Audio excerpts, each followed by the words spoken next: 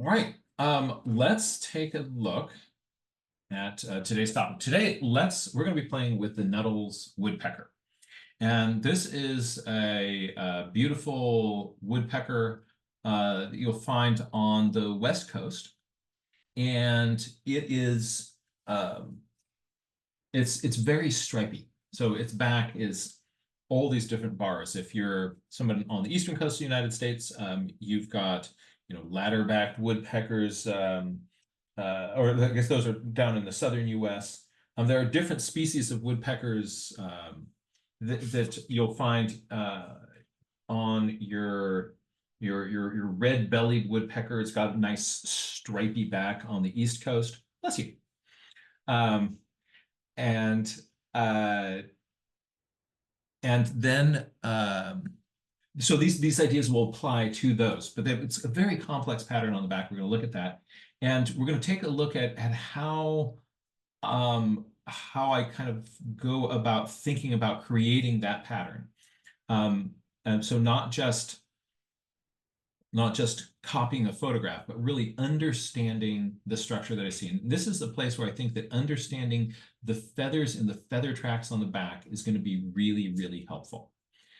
So a little bit of an understanding of bird anatomy is going to be very useful as we're doing this. So that reminds me, I should turn on.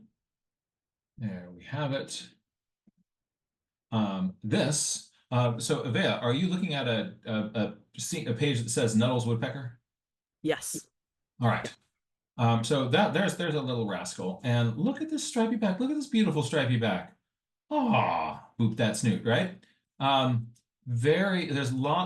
It's just spots and patterns and stripes. And so what we have a tendency to do is just kind of go blotch, blotch, blotch, blotch, blotch, blotch, blotch, blotch, put all these little white dots on it. But there's these white dots are really following a structure, and we want to be able to pick that out. Let's just look at a few more of these. You can see the belly here. This is an immature one, so that's why it's got so much white on the speckles of white on its forehead. And what I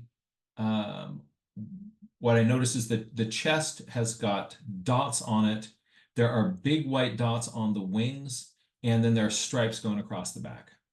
All right, here's side view. We see those dots on the belly, black against white, then white against black dots on the wing. And notice on the wing there, they are stripy. Where's that pen? There it is. Second, see if I can, if I'm over here by this screen, Avea, can you still hear my voice okay? Yes.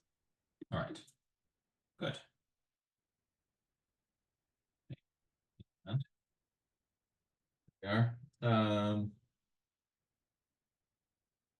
So if you look here on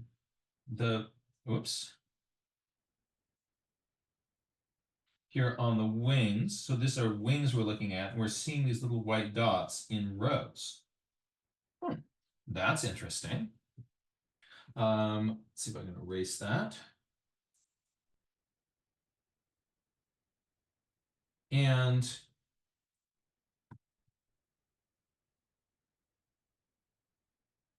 here we go. Here's more. And I'm going to back out, and so we can look at the backs of some of these. Yeah, let's look at the back of this one. All right. So I am seeing there's kind of clear bars going all the way across on this upper back area, but they're spotty down below. All right. So as I'm looking at this, understanding the feather tracts, the patterns of feathers that come out on a bird are really, really helpful here. And what I'm going to do is I'm going to outline what these are with my green pen. And so, actually, let's see if I can make this bird even bigger. Yes, there we are. You're a big bird. Look at you. There we are. All right. Let's draw on top of this bird.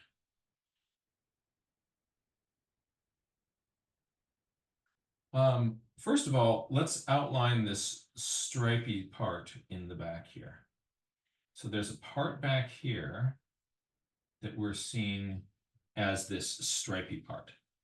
This is made out of two sections of feathers on the bird. One is a patch of feathers that attaches somewhere in here called the scapular feathers, and they hang down as sort of a block in this area here. And they have the same sort of patterns as you see on the bird's back, also called its mantle, in this area here. So we've got in here, this area here, this is a pile of feathers called the scapulars. And then we have my back. Now, fortunately, these lines are there. You can see the lines kind of going pretty consistently across this. But you'll notice that as you're coming across here, right in there, there's a little bit of a break. There's something slightly different going on with those stripes right when you get to the boundary of that. Let's erase all this for a second and just look at this now without, you look at it without those green lines, and you can begin to pick up, like, yeah, there's something happening, yeah, here, and that's definitely scapulars. What I'm trying to figure out is this patch here. Is that part of my scapulars? I'm actually having a hard time telling. This definitely, this might all be mantle here. But no worries. And then below that, looking very different, is the wing. And the wing has patterns on it as well. So the wing, there is the front edge of it here. We see this top edge is made by the scapular feathers coming down. I think my scapular feathers are this whole area right in there. And then the top part of the wing of this bird, there's a set of small feathers called, a little scapular coming down here. These are called covert feathers, and they're in several rows. There's a big row, there's a medium row, then there are smaller rows. My big row is here, feathers going down like this. And those feathers are black feathers with a white spot on them. Then above that, there's a row of medium-sized feathers, and then there's small feathers up here. So there's rows of small feathers up here. These feathers in this whole zone are called covert feathers. They're covert feathers on the bird's secondaries. And so those are in, again, they're in several different rows. There's this first big row.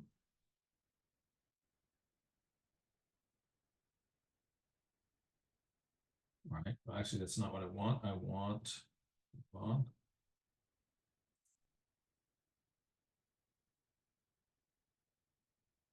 nope, that's not what I want. Sorry about that.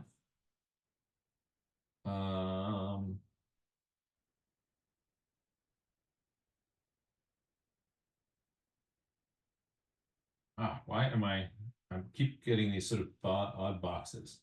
Try one more time. Let me try this one. There we go. So this zone here in purple, these are my greater secondary coverts. And above those are my median secondary coverts coming across in a little row like that. And then above those are multiple rows of my lesser secondary coverts.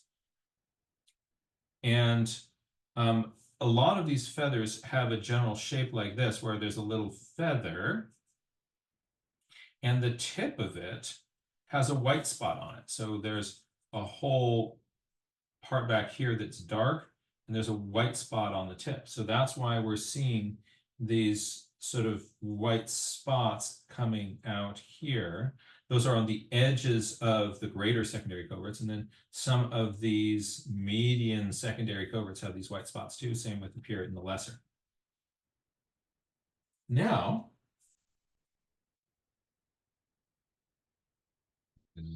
get rid of all that. There's a little bit more going on this wing, and at first glance and second glance, it's a little bit hard to spot. So I'll just show you what's going on here. Here is the edge of my secondaries again. They're going to come in here like this. So those are the secondary feathers that we've talked about. Right in here, you see there's a little bit of darkness. There's some old dark thing here. Sitting right in here, you have what's called the alula. It's an old black feather on this. And down below that, you have this little black patch here. This little black patch here is the primary coverts. So those are the primary coverts. Let's actually make them a different. So the fact that there's a black spot right in there is going to be significant.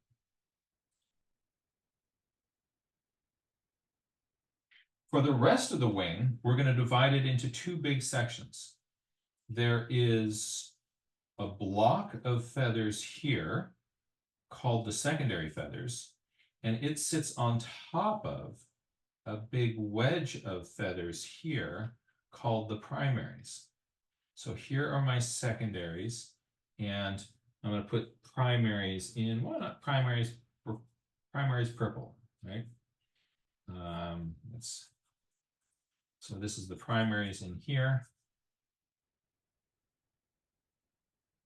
And the secondaries are that other block of feathers. The secondary feathers typically have are feathers that get slowly larger. So there is a small feather here. There is a mid-sized feather here. There's a larger feather here. And then there's going to be a whole pile of feathers that are the same length that are going like that. So on each of these feathers, if I draw one of these secondary feathers here, what you're going to find is that it has a series of white spots on it, like that. And then those white spots line up to make these rows of white dots that go across the wing. And then we're going to see, one white dot in here. We're going to have patterns on these first three, and then the rest of these are going to come across. So I have all these complex patterns on the wing. I have my scapular feathers coming in here. I have my mantle feathers here. I think I'm liking that boundary between scapulars and the back there. And lastly, on the tail here, the tail from the side is going to be overlapping like this. If here's the kind of the rump of the bird kind of wrapping around there. In the middle of the bird, there are feathers that you see all of, and as you go out towards the sides, these feathers tuck underneath those. So the outermost feather is going to be the one that is underneath this whole pile. So the edges of these feathers are kind of overlapping like this. This feather here tucking underneath this feather here. And on woodpeckers, if you look at them from the back, you'll very often see this double fork tail shape. So they have very stiff tail feathers that usually make two spikes, and these prop them up against the wood. So they'll have feathers in here, and then these feathers will get progressively longer, and then there'll be a few little shorter ones out the side that gives you these little wedges of tail. So, annotate.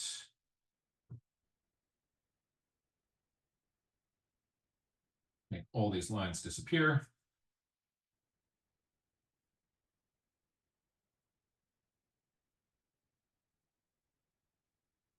Yeah.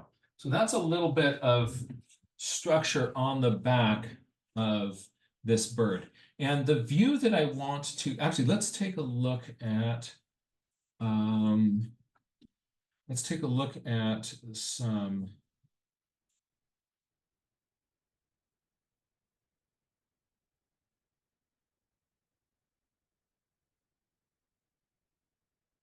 let's take a look at just a few other Nuttall's woodpeckers. So here you can see as you're looking up at this little beastie, again, to make sense of this wing, I have actually take a look at it yourself and see if you can, how you would start to kind of parse, make sense of that wing. And then I'll draw on top of it to sort of show you what I'm thinking. So I'm seeing here are my scapular feathers. And here is my back of my feathers. My covert feathers are coming down here. And I've got a big row, and then I have a smaller row, and then there are smaller rows up here. I have secondary feathers in here. I have primary coverts here. My primary feathers coming down. Again, each primary feather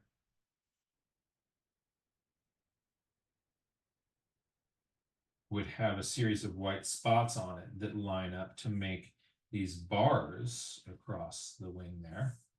And here is this first feather. Here is, why am I not seeing a second feather? That might have been molted out. I'm actually only seeing two feathers there. Usually we have three, so I'm thinking maybe one has molted out, or maybe this is like the tip of one up here. And then here's this whole other pile in the secondaries there. So I want my wing to make sense. I want it to feel like whole bars coming across. But so I want that structure to kind of show through nicely. Let's erase these. And then I'll show you kind of how some different artists of field guides have handled these sorts of things. And we'll look at two kind of different ways of visualizing it, how this can look in your illustration. So this is National Geographic's field guide to birds of North America. And we'll go to woodpeckers. There's some woodpeckers. Where'd they go? They were there a minute ago. So these woodpeckers here in this book are drawn by the artist Donald Malick, who I love this guy's work. Really beautiful, beautiful illustrations. And he really understands the anatomy very thoroughly of these birds. Let me zoom down. You're not wanting to zoom down. Let's bend the camera down. Right. And what you're seeing on these is that let me try a little bit of light. There's detail in his pictures that's I'm not really seeing showing up on this camera. Well, you can see it. This works fairly well. This sapsucker here. Let's look at her. So here's the back, that mantle part. Here's the scapulars.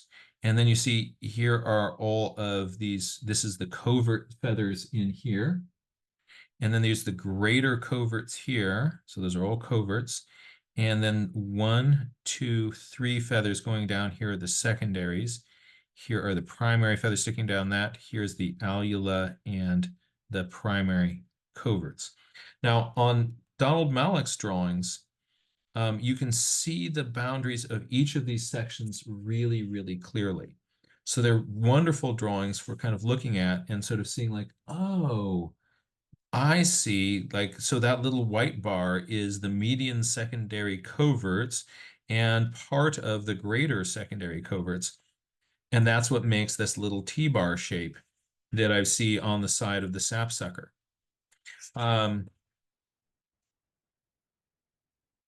Here on this little bird here, you're seeing here's those back feathers. The scapulars are in here. And then here are my covert feathers. Each one, I wish you had this book in front of you. You'd be able to see that you can actually see kind of a faint ghost of each feather. So he's placing each feather and putting the spot on top of it. That is different than what David Sibley does. Look at these ones, right? What you're seeing is, where are my, where's the boundary between the scapulars and the back here? It's hard to tell. Why is that? Well, did Sibley leave it out? No, it's often hard to tell on the real birds. So, he's not saying, here's this particular feather with its white spot, as we're doing here. Instead, what he's doing is kind of giving you a sense of what you see on these birds, right? You kind of see rows of whites, but he's not kind of worried about kind of noodling in all those details. It's a choice that you as the artist get to make how much detail you want to put in there, how much you want to kind of track each one across those lines. But in either case, here where it's being more suggested, this is what is behind this drawing is a real understanding of the anatomy of all those positions of the bird. And so this isn't just sort of putting white spots on something. It feels like David Sibley maybe just going dot, dot, dot, dot, dot, dot, dot, but this is informed by a deep and rigorous study of the underlying structures and feathers of these birds. So my approach is going to be a little bit of hybrid of both of these. I'm going to map it out a little bit more than I'm seeing here, but I'm not going to be mapping it out to this degree. And we'll see how that looks. In addition to this, I am going to want a view that here's some sketches that I did for drawing some sapsuckers. See, there's that little forked tail, and these are very much side profile views. For this bird, though, I want a view that is kind of looking at its back a little bit. I don't want a full-on straight back view. I still want to show that it has that pale belly with those white spots on it. But I want a 3/4 view that is going to allow you to see more of those rows and stripes across the back. So I'm deliberately choosing a view that is going to help me do this. I'm going to share my desktop.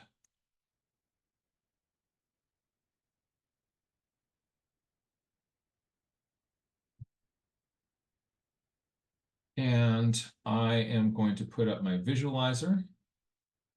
And I am going to put up this screen here. There I go. Zoom out. There we are. So I'm going to be drawing over here, and we're going to be looking at the same reference material.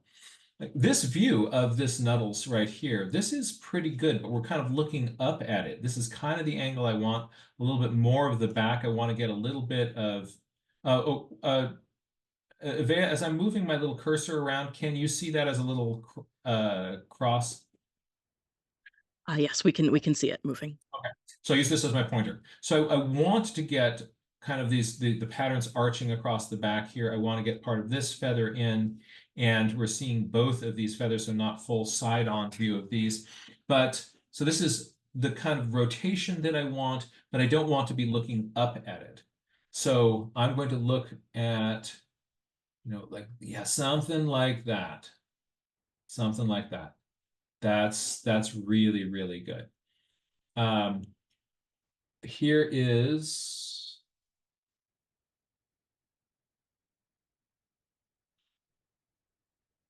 I'm looking at seeingbirdsandbirdpixel.com. These are two websites. This is close, a little bit too side. That's much too side. Hey there.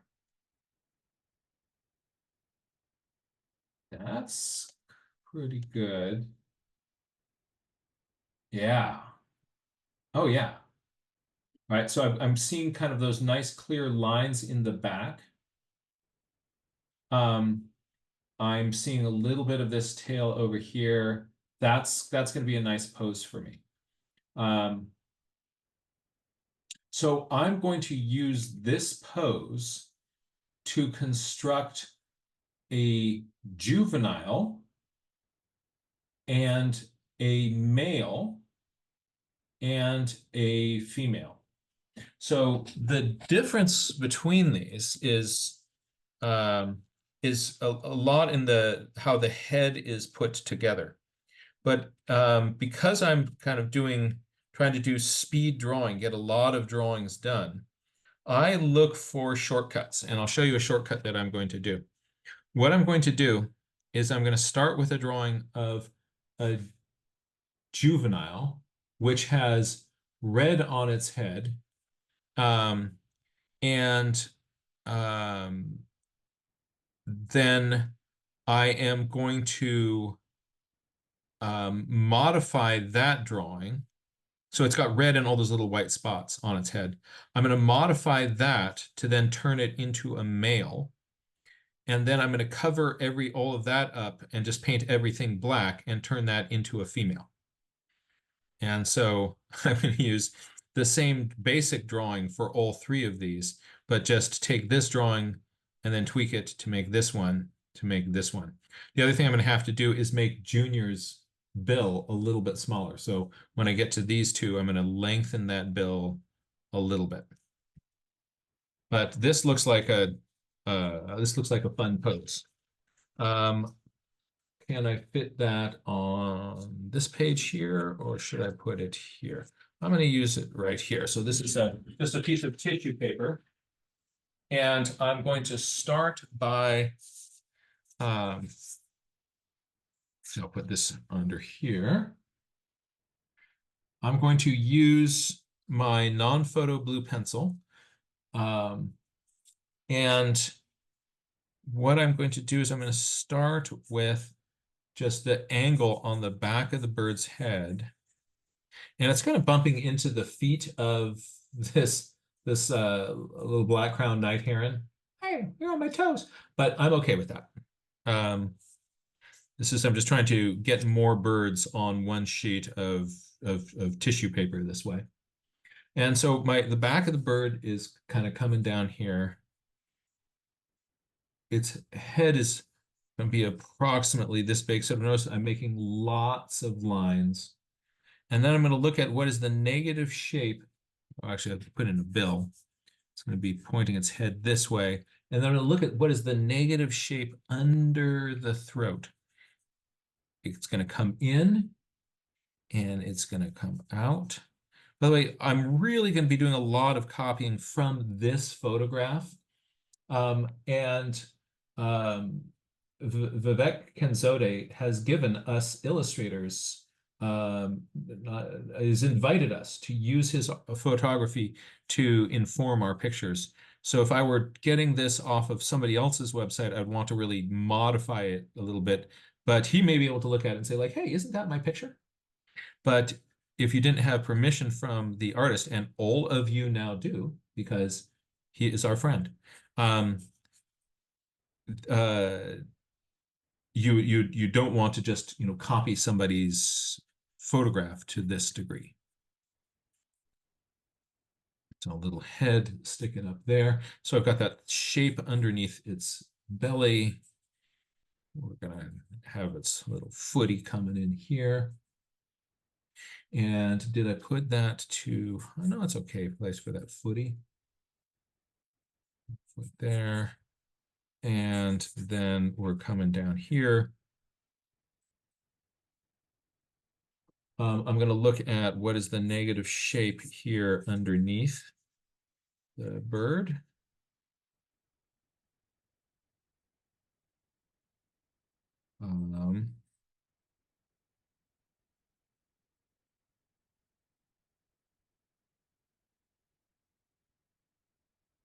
Something's feeling wrong with these proportions. What's going on? If I can catch something that is wrong, oh, the leg is a little bit too low. I'm going to bring the leg up a little bit higher. Get a leg up on this. That's going to have a foot here. If you can catch kind of a proportion mistake early on, it's as easy as that to fix it. But if you catch that late in a drawing, there's nothing you can do but weep bitter tears. Or just embrace it, kind of like, oh, look at that. So I don't worry about those sort of things when I'm doing field sketching. I make tons of mistakes, and next time I kind of learn from it. But if I'm doing an illustration, say for a book, I'd rather not do this a third time. Let's get the location of that wing in there too. So the front edge here, I'm looking at the shape of this negative space in here.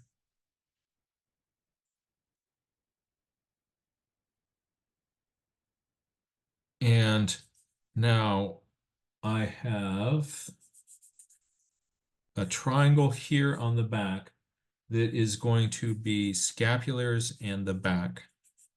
I'm going to have an area in here.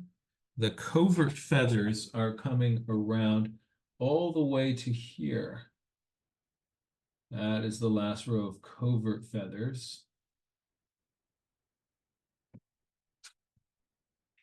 And so that's coming down to about the level where the scapulars in the back come in. So I've got those feathers swooping down there. I have this leading edge of the wing, which I'm going to tuck back this way a little bit. I had it there before. I have secondary feathers, and I'm looking at how far do the secondary feathers come down here. My secondary feathers come down out like that, and there's a little bit of primary feather sticking out. I'm going to throw in the wing on the far side. Here's its secondary feathers coming down. And that puts the center of our tail here. And I have this nice double point on the bottom of my tail. This puts the end of the tail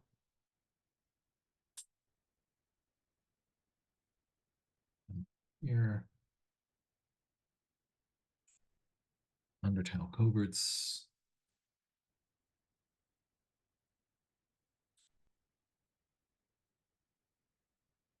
I've got breast, belly feathers coming down here. This whole part here is what we call undertail coverts. So on the front of this bird, these breast feathers are coming down in here, stopping right in here, below where the leg attaches. Oh, look at this. In mine, I don't have that. Okay, so I've just, check this out. I've got all this stuff drawn, and part of my drawing isn't lining up. So here I have belly coming down. Here I have breast feathers stopping here and undertail coverts to the tail. So that is belly coming down, undertail coverts to the tail. Notice on this bird, my breast feathers are stopping in here, and they're much, I think I need to move my leg back down. Let me just try that. See if, there's my belly. Where do I want, if my leg is in here?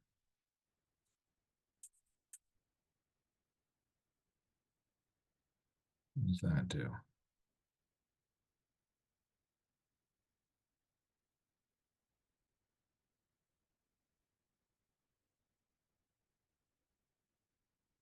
That'll work.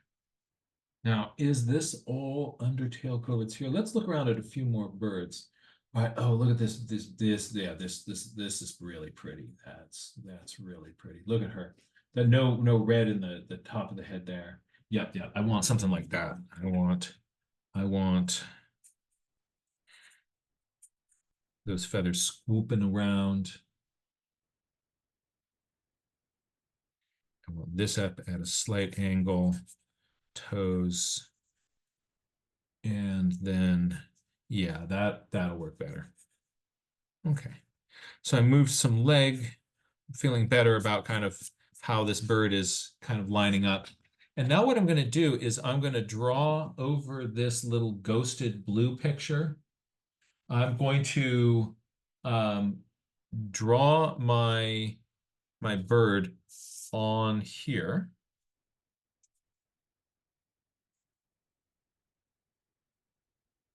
With a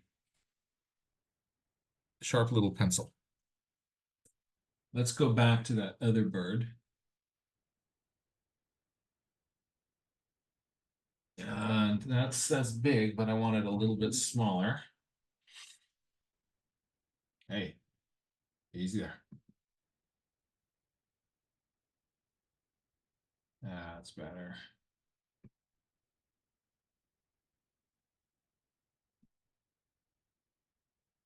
There we go. All right, so that helps me kind of see what I'm up to here. Now, I'm going to start with my beak. It's going to come out fairly straight. Oh yeah, I'm first going to do a one with a smaller beak. Let's get a juvenile, a picture of a juvenile here. Just when I got that thing sized the way I wanted. Let's find a juvenile. Maybe there's a nice juvenile waiting for me over here. They've got this lovely, yeah. Look at my head. Look at that. So there's the juvenile, right? It's got this shorter beak, these white stripes up in here, in the forehead. And look at this. This is a total woodpecker thing. See this little poof right in here? There's this poof of feathers that covers the nostril. And so we're going to have a more stout beak. Our feathers come out pretty far underneath that. I like to place my eye. What I do when placing my eye is I put my pencil down here and I'm looking at this distance here, how far back, just the corner of the eye. Let's try right in here. I want there to be let's see. Now look at that. I made that too far back. Look at that. Yeah, I'm gonna have to move my eye. If I'm careful, then I don't have to erase, but I wasn't careful. I have to erase. So let's just try building back from this. I've got a big triangle of fluff here. Then the dark comes down and the eyes sitting behind that. That's a very different eye position. A little bit of a forehead coming up. And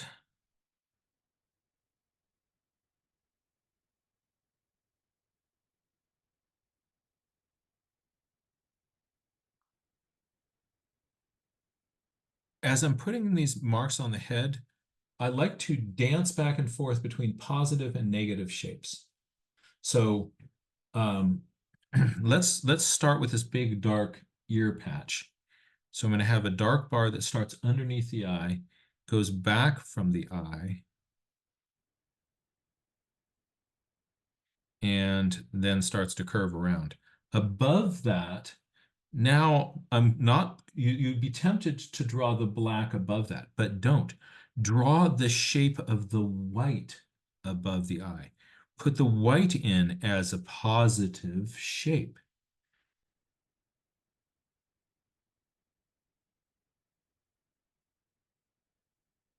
And then think of the black and the red there as its own little shape. So see what I did? I got the shape of the thickness of the white part is going to be important.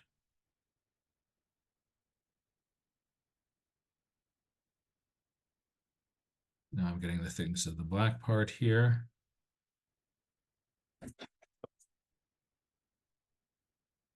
Let's jump back to this Nuttall's, and we're going to compare it with her. Yeah, there's this really cool white, bold white above the eye there. And this part here, I like this, you know, the feathers can really move around. And I like this more dynamic shape that this bird has, where there's a little poof that sticks up in here, making a little hammer head back there. We're going to come here. There's a large black spot here. Look at what I'm going to do with my pencil. I'm going to just take my pencil and I am going to just sort of put in where that whole black spot should be. I'm thinking of that black spot now as a positive shape, not just the little whites that are around there. So sometimes the black is positive for me. Sometimes the whites are positive. And that helps me navigate my way across that head. And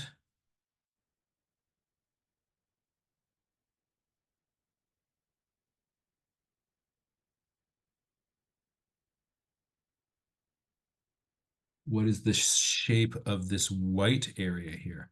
So I'm trying to get that white area now to be big enough.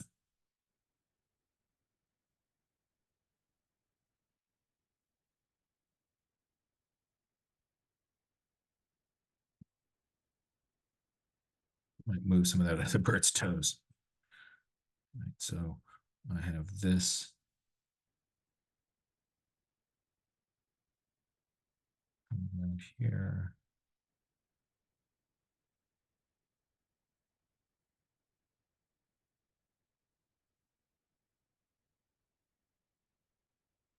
And then I'm seeing a heavier across the top of the back here. Across the top of the back here, there is a black bar. So the white doesn't, there's sort of a zone up in here. Sometimes when I'm trying to keep track of black and white, See how I cross-hatched in here?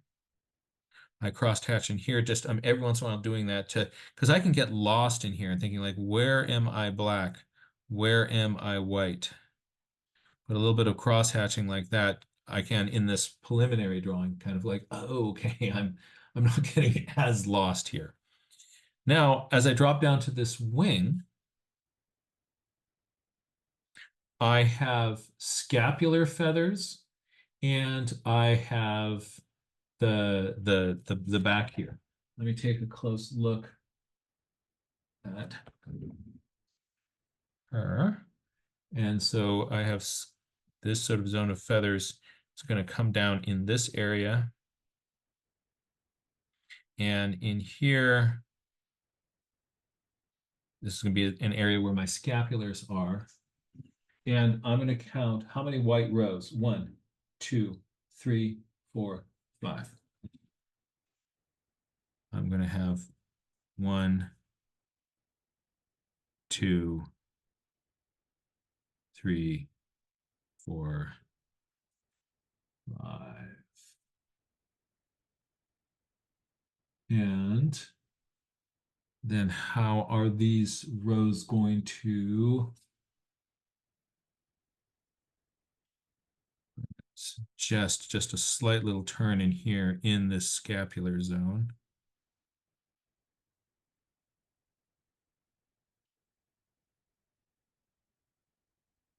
This lovely curve under the throat, coming out, turning down.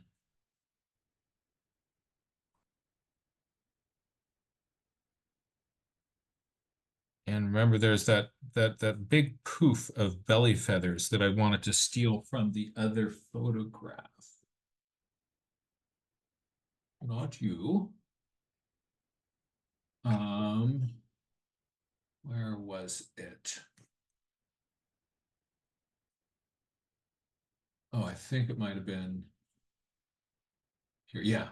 Yeah. So this big poof. I like this.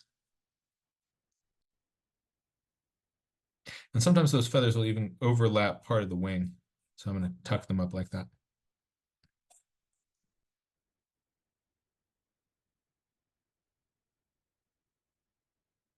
Now, I'm going to block in these major parts of the wing. I have covert feathers, and the secondaries and the primary feathers. So I look at my photograph and I say to myself, my covert feathers are coming down and they are occupying this area here.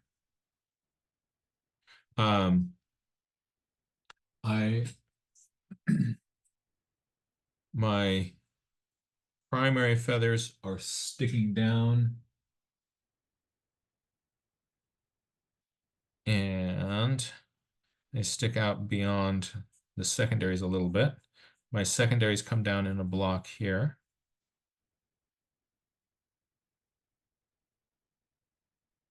And now I'm going to put in the secondaries on the other side of the bird.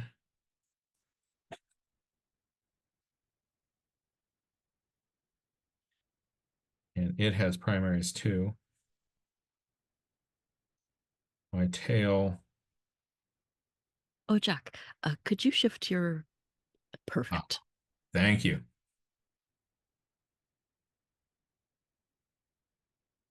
Okay.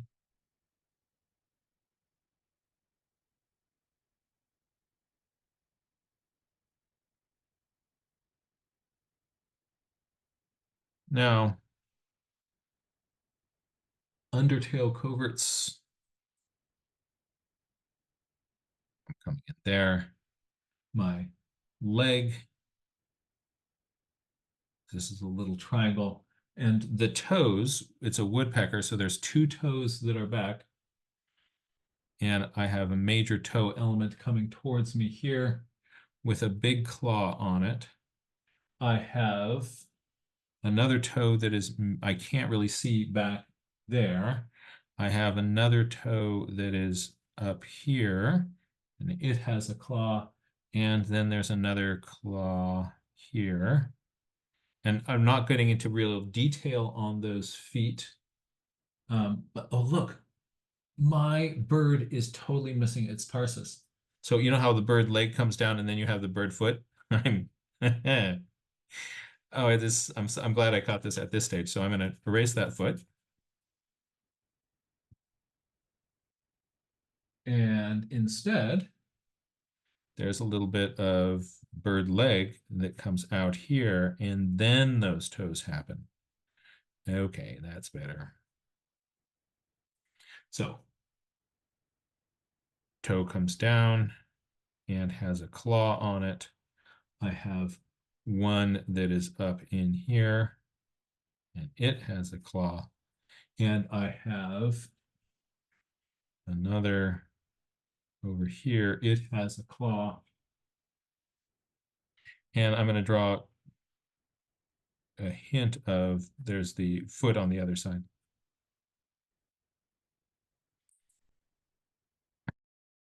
Now, thinking like, what about all these spots in here? I'm not going to map those in at this point. I'm going to come back and do that a little bit later. And the reason is that the way I'm going to be painting this, I'll probably obliterate a bunch of the details, and I don't want to be trying to work black around all these tiny little shapes.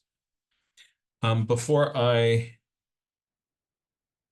kind of I go on to make my illustration, I'm going to look back at this one more time.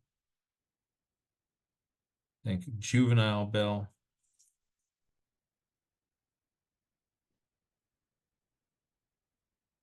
I wonder how long the primaries are on the juvenile bird. Can I safely just assume that, where's the juvenile? Where's that juvenile? You're a juvenile. Show me your primaries. Oh, okay, there's a big chunk of primary sticking out there. That looks very similar. Not really seeing it much from that angle. Oh, don't hide look at you hiding your primary feathers. That's just disrespectful. Let's go back here and see if there are any juveniles. There's a juvenile head. Let's feed me, Seymour. I'm hungry.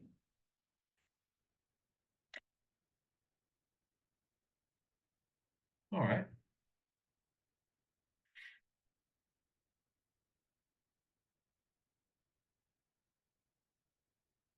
Now, I'm ready to put this on paper. I like the basic format that I have. So the drawing is working for me. And let's advance to the next stage. I'm going to place this on a piece of paper. And we're just going to just check, see if I have any big blocks of available space on some of the other pages that I've been doing. If there is, I'd like to get more things onto fewer pages. Not really enough room there. No, I think it is time for a new sheet. What I do is I've got a piece of Bristol board here, and I'm going to place my woodpecker on it like that, so I can kind of move it around and sort of see like where do I want it to be. I'm putting this pretty close to the edge because I'm going to want to put another drawing here and another drawing here just to save myself room. Now,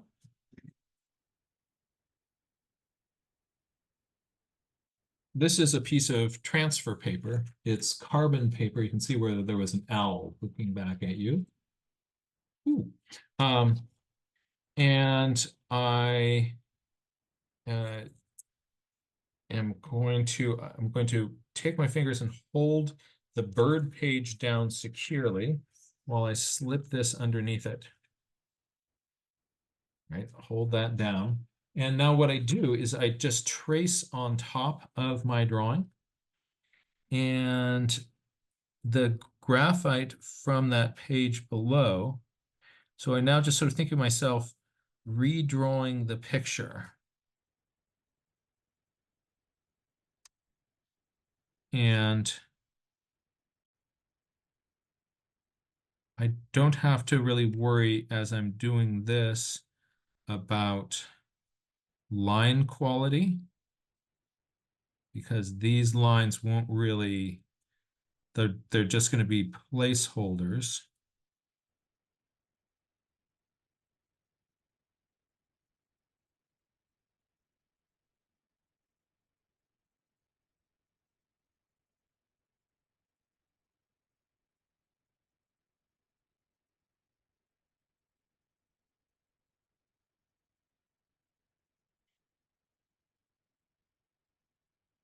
I know I'm getting off the bottom of the page here, but I'll just be there for a moment.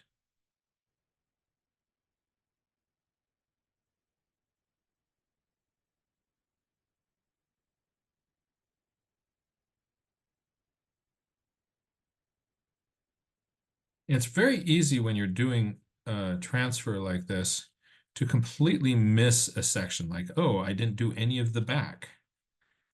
And you think you have, and then you move your transfer paper away, and then you realize, like, oh, wait a minute, I didn't do that. So a great way to kind of see what you have done is hold here with your hand tightly, press down on the paper, and then you can safely move this and say, like, oh, look at all the part that I have not done. Oh, okay, I need to get up in here and kind of get in this business.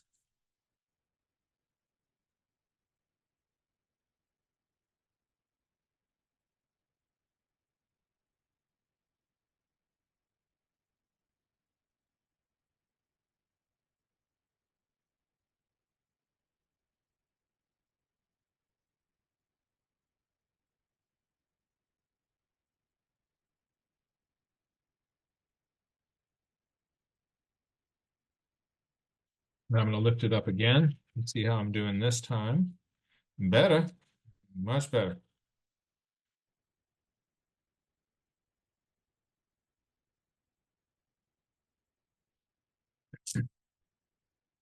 One last time. Oh, this little part in here.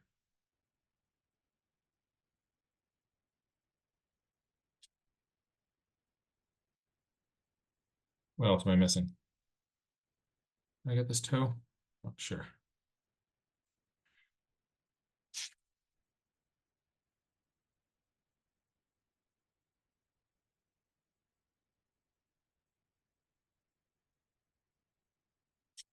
All right.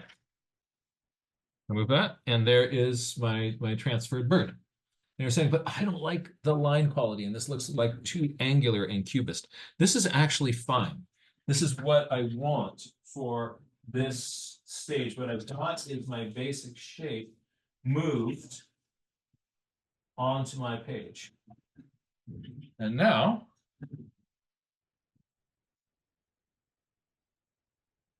second.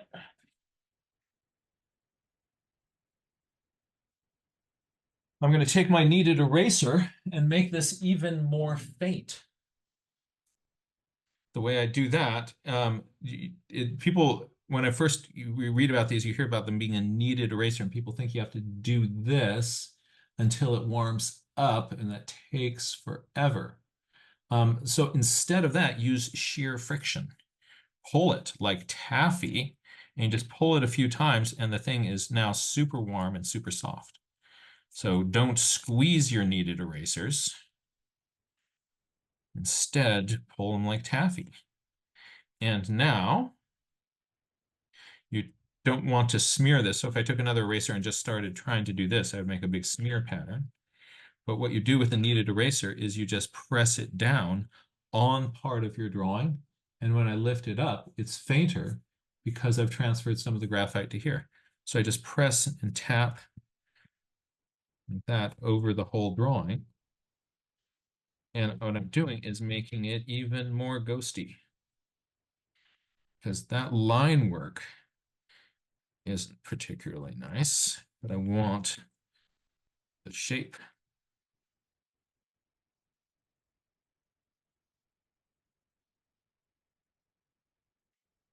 There it is. See, now all that graphite is transferred to there. And the next time that you pull it like taffy, all of that then just gets cleaned, and you have a neat, clean, kneaded eraser one more time. Now I'm going to make my bird big. Is that one? Yeah, there we are. There it is. And I am going to draw on top of this drawing. And these sorts of lines are going to show up.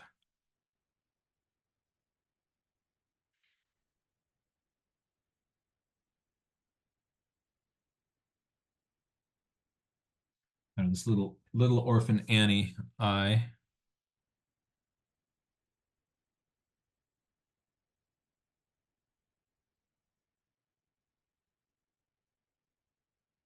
By putting these little flicks in like that, I'm suggesting that it's kind of fluffy. So I want some places my edge to be smooth, and some places to suggest with my line work that this is fluffy. So there's smooth, and then here's a little bit of fluff.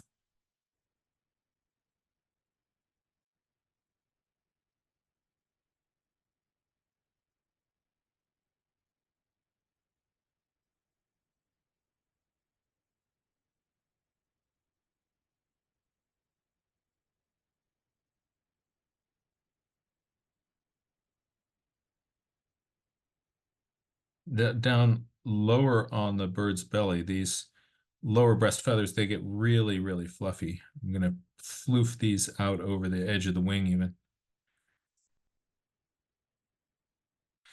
Smaller feathers up in here, so not so much of that there.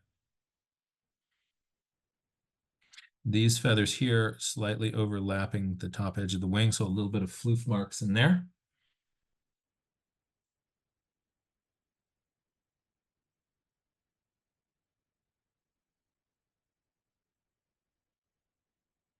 I'm going to come over the head. Again, some places I'm making a hard edge, and some places I'm suggesting, especially where there's a little bit of an angle like that, a little bit of floof comes in there. But if I do floof everywhere, it feels like a porcupine or a puffer fish. I don't want that. But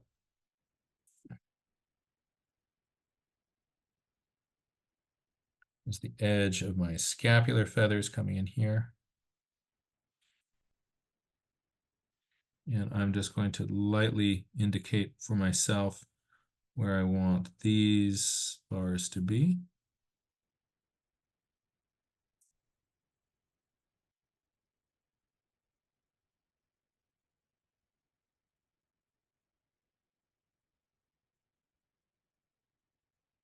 Now,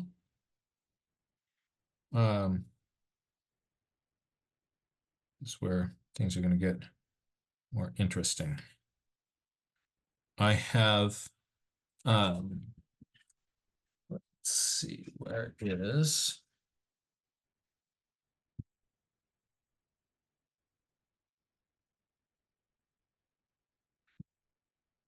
Donald Malloch's drawings of those woodpeckers really helped me understand the structure that I'm seeing.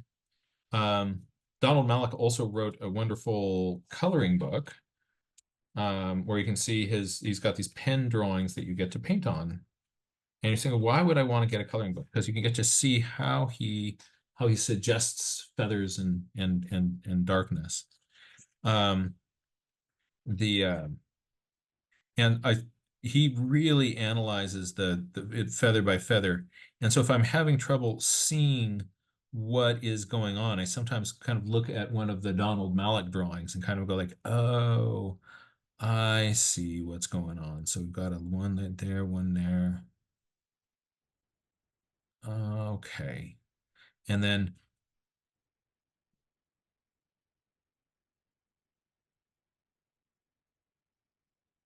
all right. So I'm going to have a row of white dots in here. Actually, I think I'm going to use, I have to decide, do I want to work around all of those white spots, or do I want to, um, or do I want to put the white on with white paint on a black surface? And both are very reasonable choices. And I think what I'm going to do is I'm going to use the black paint and then put it on with opaque white. Now, if you are a purist watercolor painter, which is fine, some people just like only using, like, will never touch gouache or things like that. That is fine to do. Sometimes people will use a white resist, where they'll put a kind of a gum onto the paper that the watercolor doesn't stick to, and then you can paint things and remove that. There are people who say that no, to be a purist watercolor, you can't use that either. In my book, there isn't one right way to be doing things. Whatever approach you enjoy. I don't like that foot over there. That foot's got to go. Where's that eraser? There it is. This is going to be the one-footed woodpecker. The other foot is just hidden from your view. All right, there we go. Oh no, all those patterns on the head. Ah, oh yeah, that. Let's see. So there is this big, interesting pattern over the eye. And then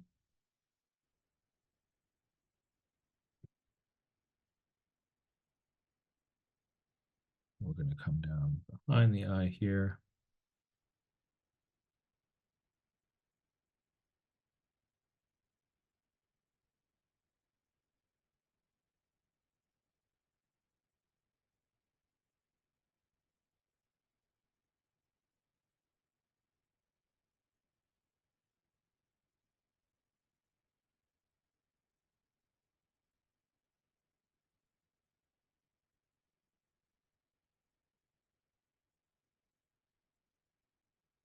And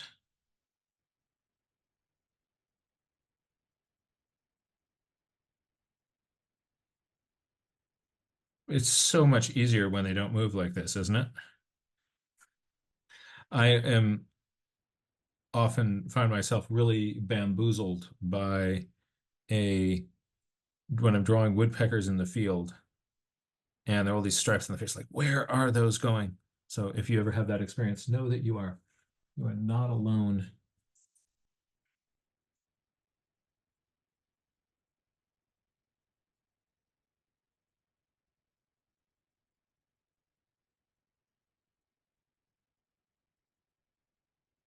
All right. Oh, this is getting fun now. Now I get to put the paint on, and that's really fun. So I'm going to check my water brush. It's got enough water in it to do the illustration. Get my watercolor palette, and I've got two little palettes here. Let's back up. Um,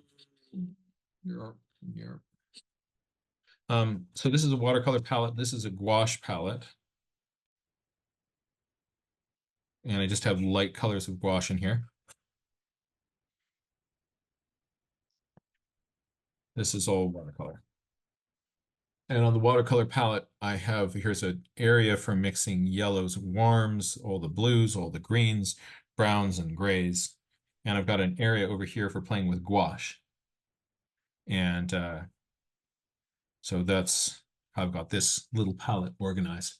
I really recommend that on your palette, try to get some specific mixing areas for different colors.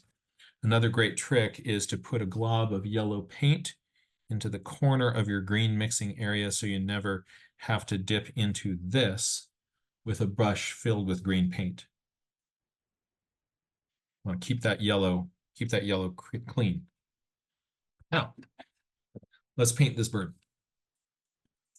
I'm going to generally be going from the paint tray to mixing a color in these pans, testing it on the piece of paper, and then putting it on the bird. So I'm going to start with just a subtle shadow across the front of this bird, making the edge of the white belly a little bit more clear and crisp. For that, I'm going to use a little bit of purpley gray, and I've already got some purpley gray mix in here. I don't want it to be too dark, so I'm going to test out here. That would have been too dark. So I'm going to put a few little strips down, and I'm going to start in areas where it's okay if it's a little bit darker. I now have too much water on the tip of my brush, so I'm going to tap it here on a rag. I try not to develop puddles. A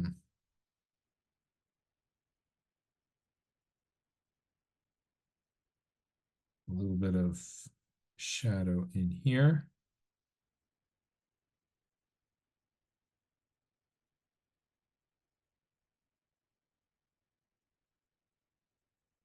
Put a little bit of shadow under the head here.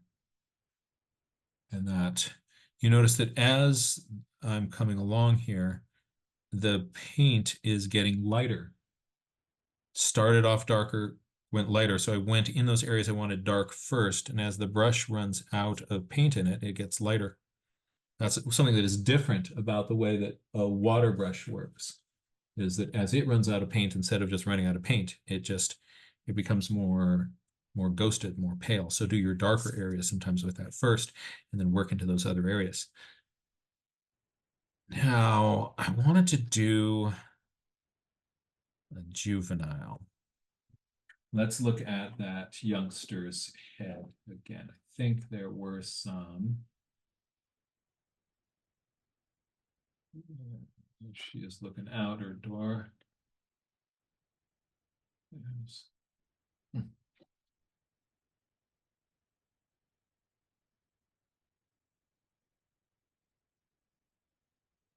We'll try over here. Oh, yeah, this is where all the juveniles were.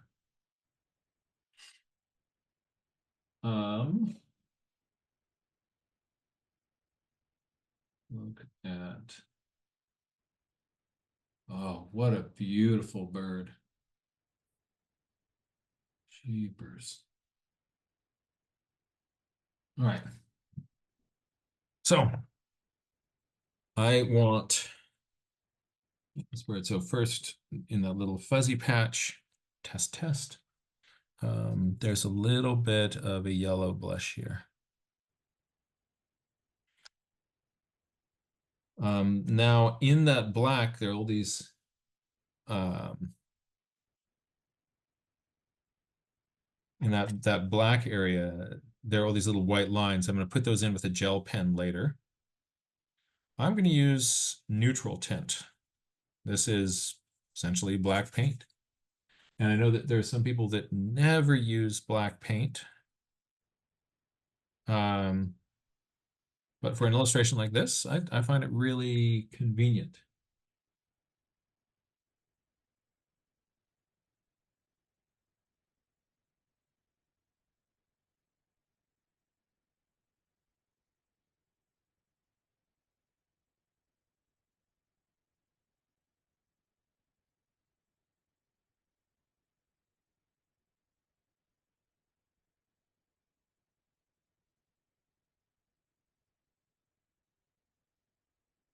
You can tell when I really start concentrating, I stop talking.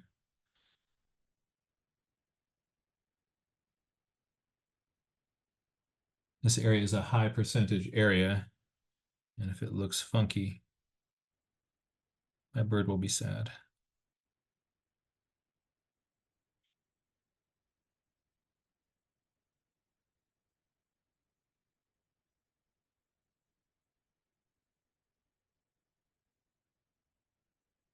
I want to think with my brush strokes that I am being I'm feathers. So I'm painting in the general direction that the feathers go. And that way, if any of those brush strokes show through, like some of those are, they will feel, they'll kind of give a sense of that floof.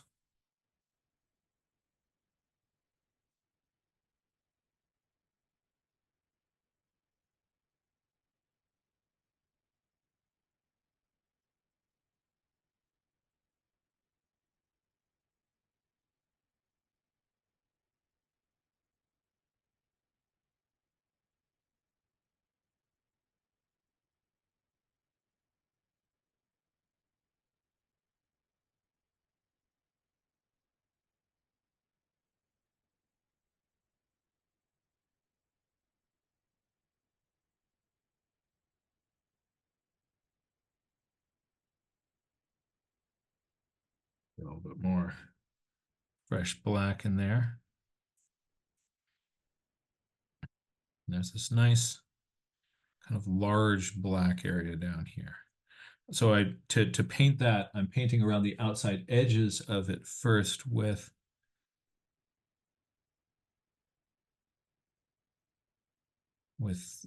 strokes that go in the direction of the feathers. And then I can just fill inside of that with little marks in any direction.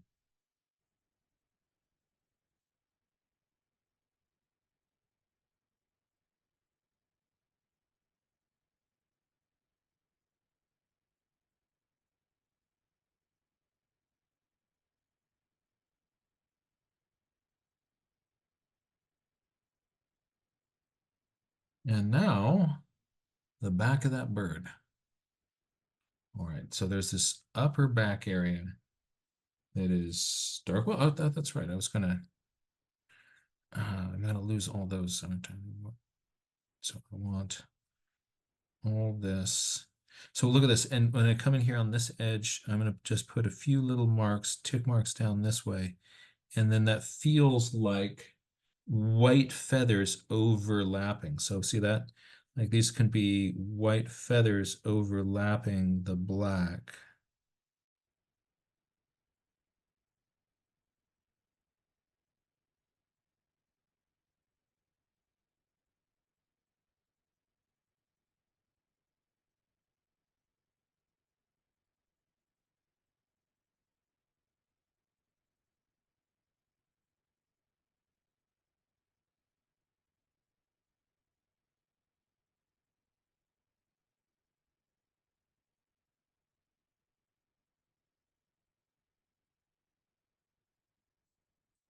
I'm going to lose some of those edges.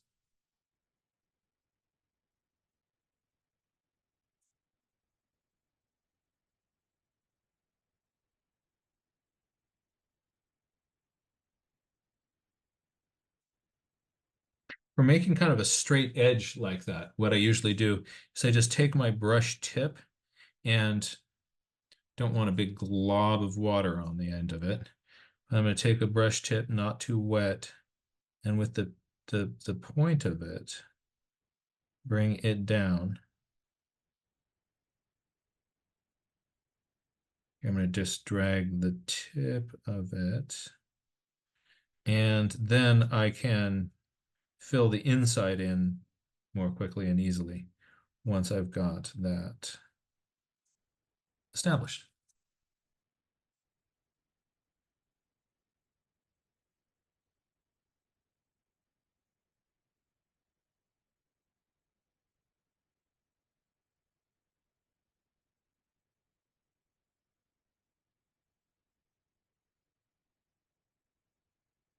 think with these little bars here, I'm going to make these bars with my paint.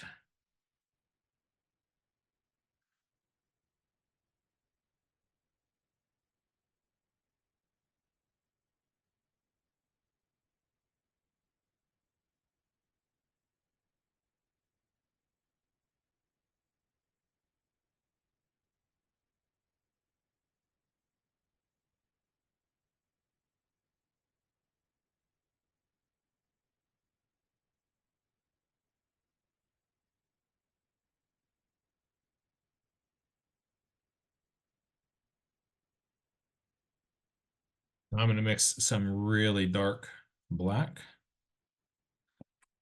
Trying to remember where the edge of those coverts were, where the edge of the secondaries were. And oh, I guess you can't really see that on your screen.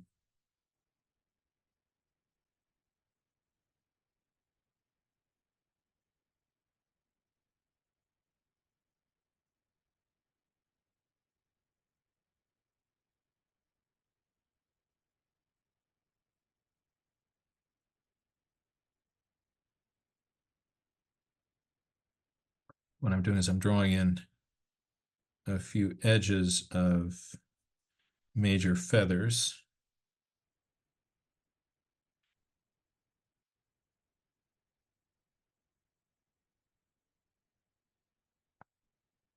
And on the tail,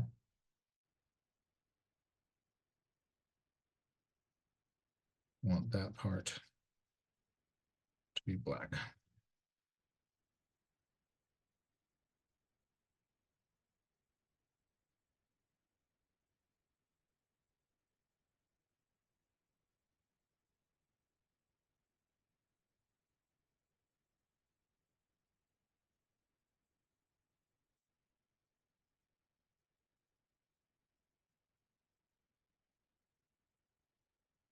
I'm using this trick of I drag the edge of the brush to make the outside of the straight line.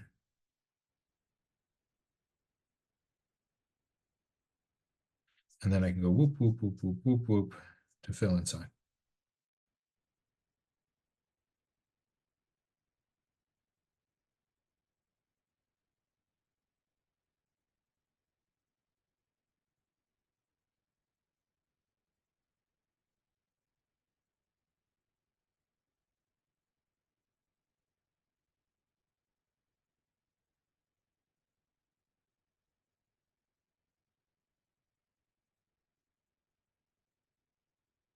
All right.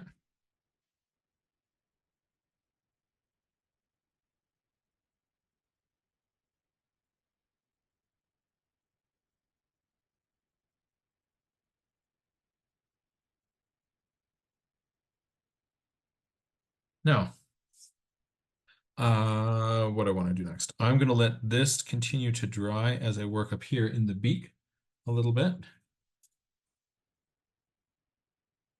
And the eye and that foot, and then we'll put more white spots on. Test that. Oh, that was way too wet. And,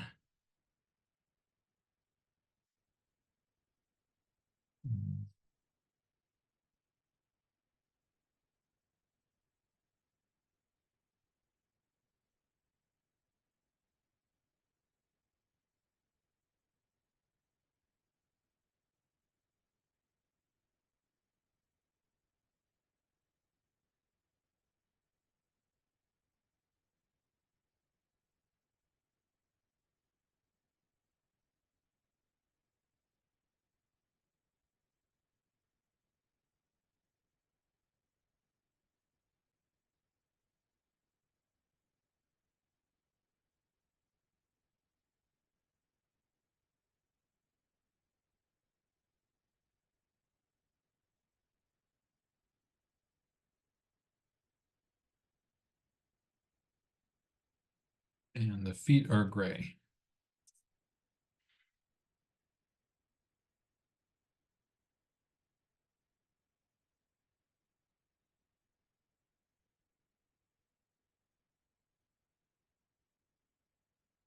getting close to the point where I'm going to get to put white stripes on. That's going to be fun.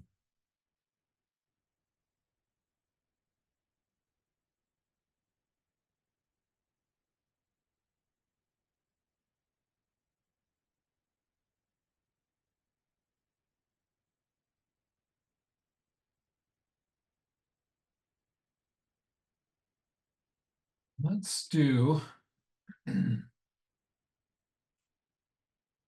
let's do a little search for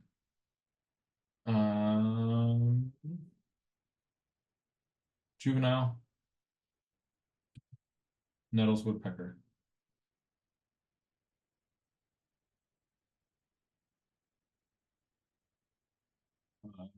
Images. Just want to see a few more views of these guys. So yeah, the little bit of, oh wait, did I put my red in my wrong place? I think I may have. This one has red all the way up to the forehead. Oh, dude, anybody else have that? I think we better. Oh, you don't. You don't. All About Birds. All About Birds is a site that has really good information about it. Male, female, male, male, male, male, female. Come on, show me the juvenile. Show me the juvenile. Oh, you're just killing me.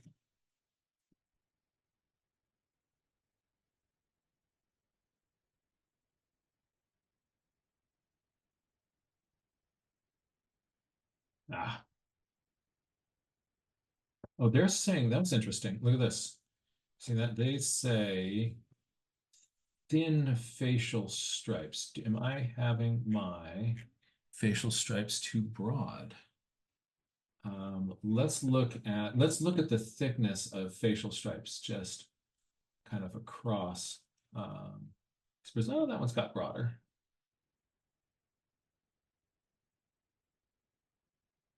Oh, look at that. Oh man. This little one here, yeah, I'm gonna have to fix my drawing with some gouache. Oh, look at that. So a little bit of black up front, not as much as I had. Oh, oh, oh, look at you. Look at you. Adult. Difficult to tell the bird above is a male or female because juvenile Nuttals have a red crown feathers mixed with white.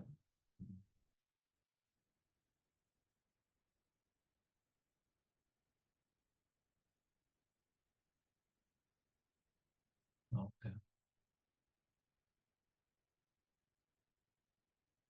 Okay.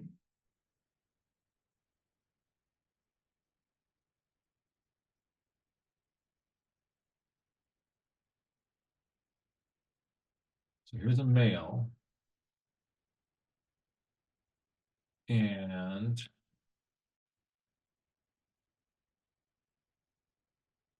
here's this juvenile. Okay.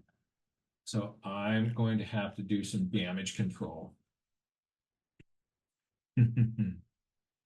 Oh, look at you. Look at you. Look at you. Oh, hoop that snoot.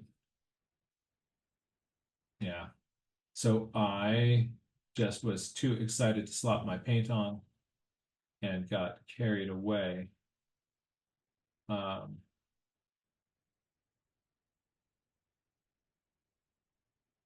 look at this little youngster looking out here. So more reddish up towards the forehead. Okay, so here's what I'm going to do. I'm now changing my plans. I'm going to make the male. I'm going to make the male and go back and try to, and then the female and try to correct for that later. So to make this the male, I'm going to make my beak a little bit longer. I'm going to get some red into the head there.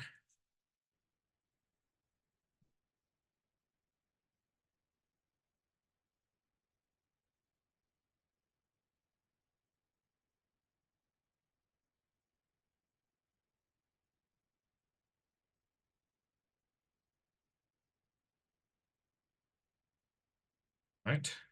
Well, that's drying. I'm going to give it a little bit more dark in the beak.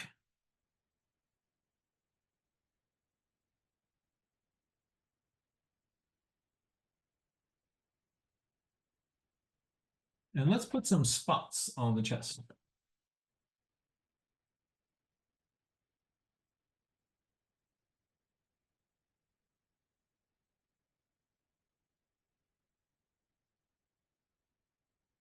Very often you'll see that spots lower down on the chest. These things are kind of looking more like bars across, more clear, small spots up here. We will see some other birds. Let's see, you've got nice crisp lines up higher, more barring down lower. Um,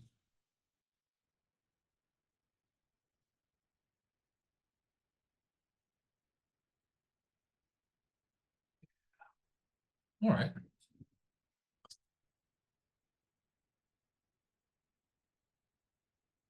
So I've got black paint on my brush.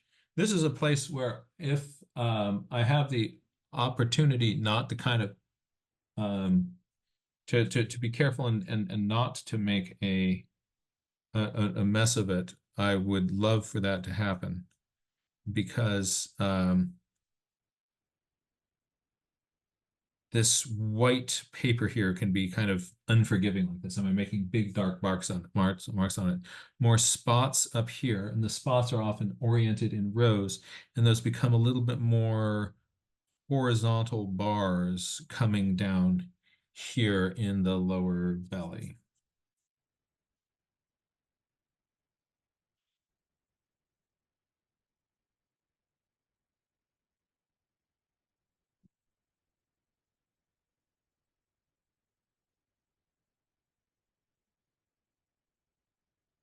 So I'm making little flicks down to up. So my brush first hits harder, and then as it flicks up, um, it the pressure comes off, and that makes it kind of have that little teardroppy shape. And these little marks are they're gonna get a little bit more skinny towards the front of the bird because out there you're looking more at these little marks edge on. I'm gonna fan the tip of it a little bit and make some test marks here and say that down here, I want these to be just a little bit more bars.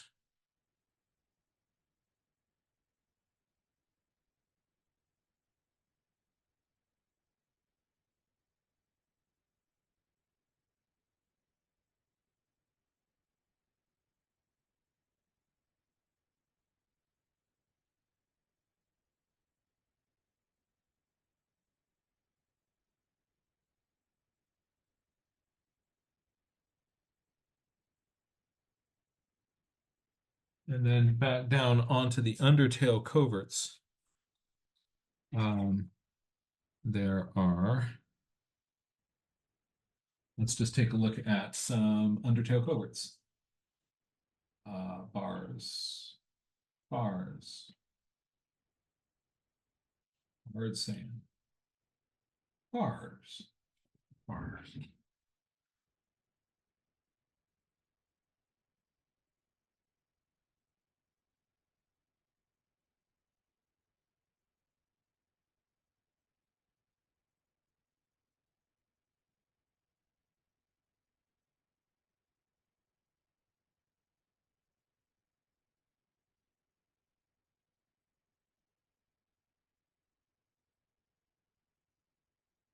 And in these outer tail feathers here, I think my white zone is a little bit too broad there. A little bit narrower. But there's also black spots in there.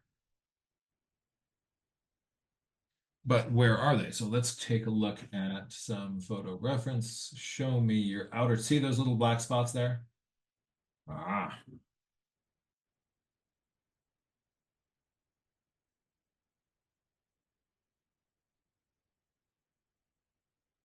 Down towards the base. Oh, look at that. Look at that. Mm-hmm.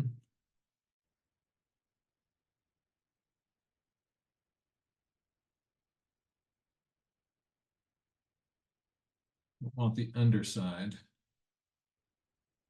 That's helpful, and that's really helpful. And that's really helpful. So, okay.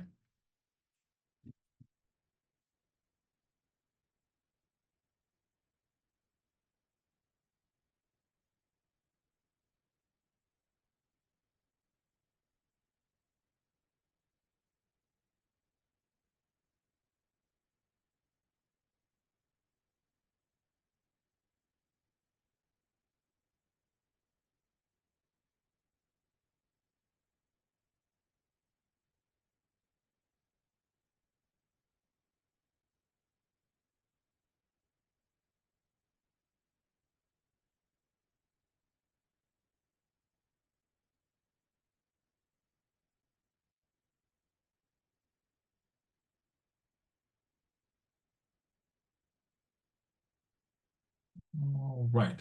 I think I need some white spots in the wings here. And you all been waiting for that. So let's play with that and see what we can do.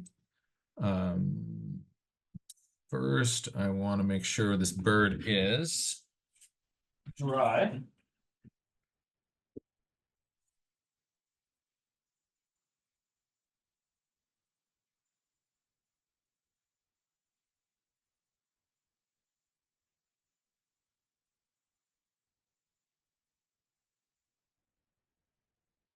This. Hey, little bird.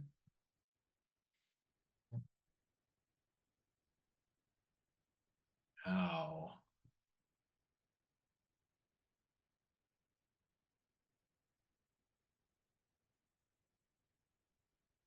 Get out. My gel pen. Now, gel pens, when they get old, they stop working. I have to make sure that this is a cooperative gel pen, and it is. I can draw little white lines. So these are going to be, I've got a spot on the base of the wing here.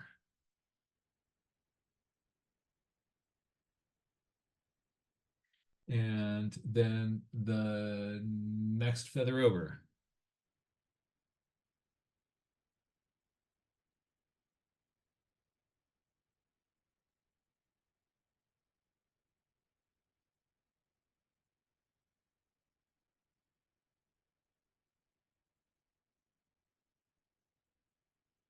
And some of them overlap and touch each other. Some of them are more isolated.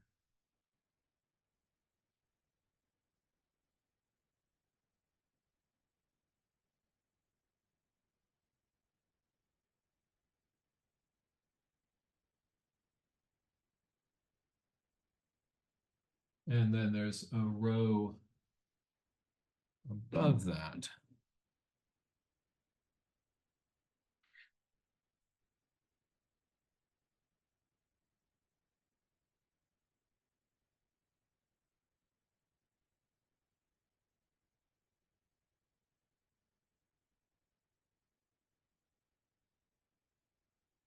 And there are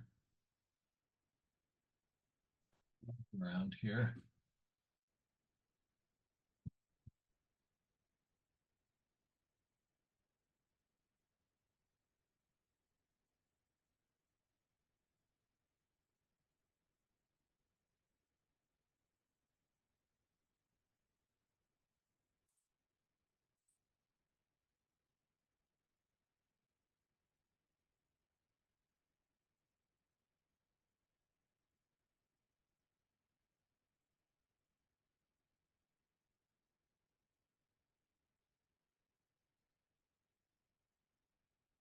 Let that start to dry. A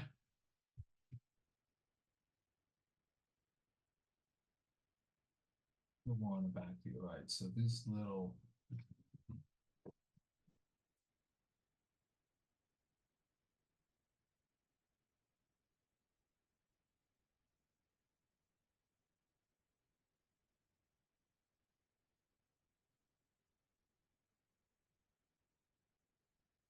putting these big white spots on the 1, 2, 3 feathers.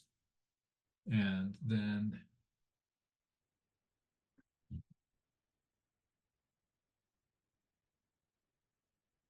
I want these kind of trending up this way.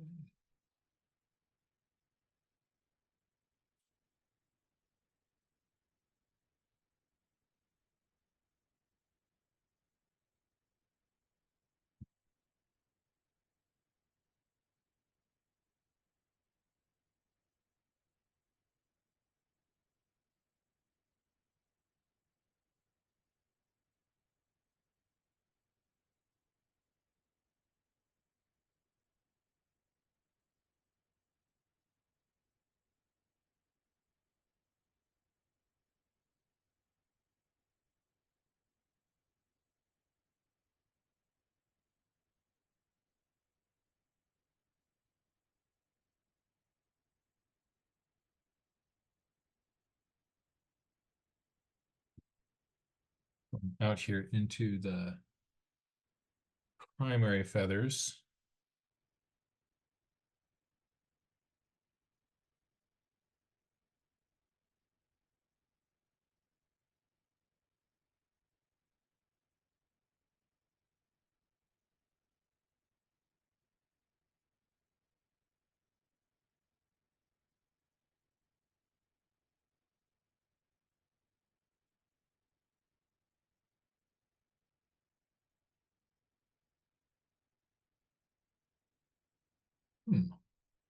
There's that weird thing that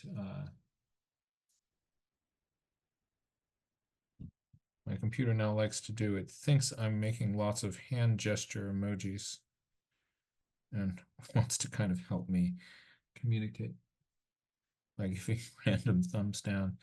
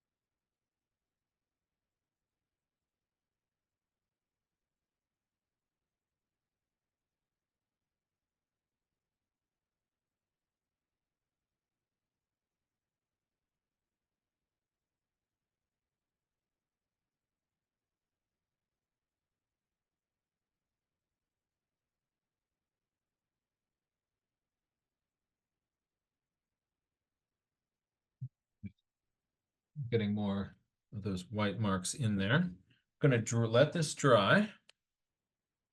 We're gonna have a bunch of fun.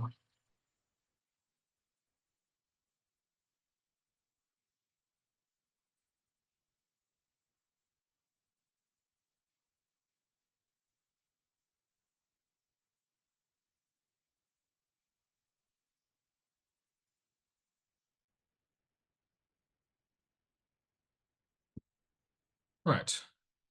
Now Now what I'm going to do is, this is kind of an odd thing. I'm going to come around on some of these edges and erase my pencil line.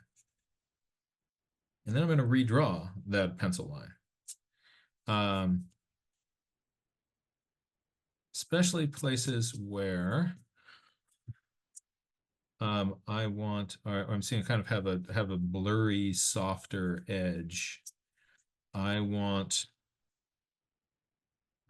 that to be a nice, crisp edge. Oh, we've got a broken bell.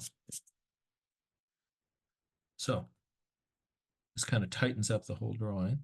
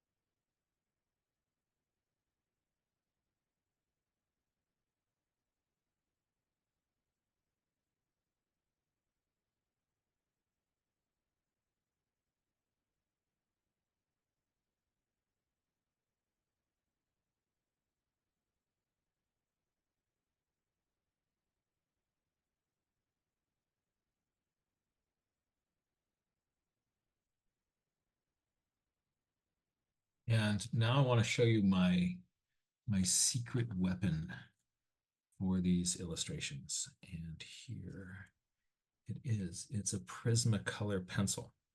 And let me show you what I can get with this thing, because it's really pretty cool. I've got a drawing and I've got these big kind of areas of dark. It doesn't look so, some places don't, like it's ambiguous. We're like, are we looking at feathers and what's going on? Well, I know I've got those big covert feathers. Let's see if we can get a photograph that has this sort of wing detail nicely for us. That'll be helpful, right? So what I'm going to do is I'm just going to hit this with a few kind of light hatch marks up in here where the light might be hitting.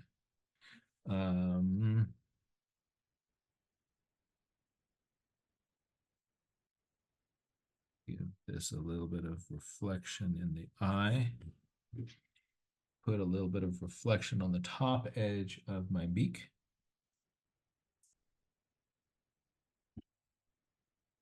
And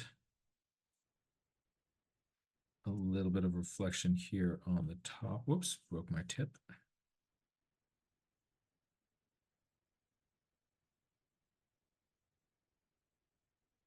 Broke my tip again. Have to sharpen it again. If you ever have a Prismacolor pencil that keeps just perpetually breaking, and when you start to draw, sharpen it and then spin it on a little piece of paper like this. And then some of those kind of chunks, kind of break points are, it changes the shape of the tip to something that will be less likely to break. So a few little highlights on the foot there. A few little highlight edges on some of these feathers here. I'm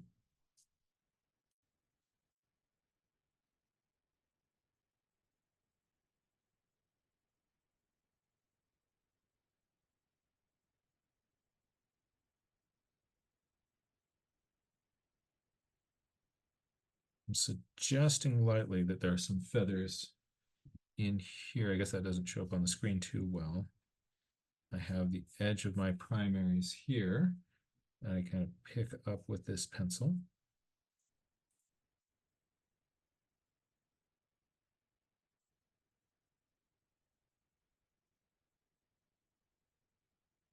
There are edges of some feathers in there.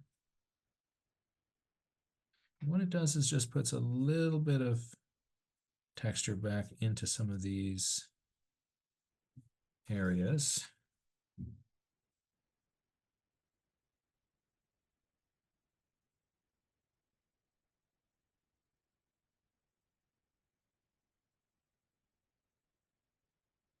And I like it. So I have a back that's a combination of drawn on whites and left paper, and then some texture with this pencil.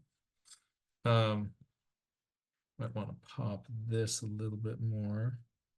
sometimes when the gel pen first goes on, I might want it to be more opaque. And if it starts to pick up watercolor on the tip, then it makes these kind of more gray marks.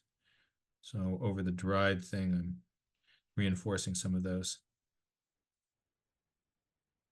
Let's put a little super highlight in its eye. All right, I think that would be, this is definitely a better Nuttall's illustration than I had.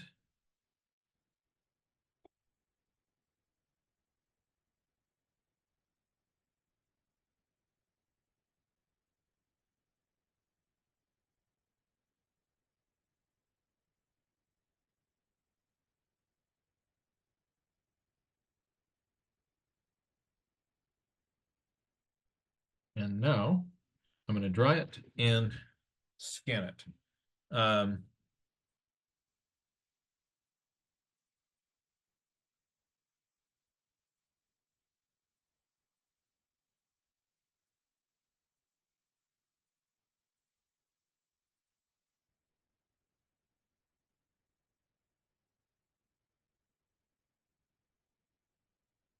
So my strategy from this point is I'm going to take this bird and there's a couple things that I can do to help me kind of think about it differently. I can take this drawing, I can go look in a mirror and hold it, it up to the mirror.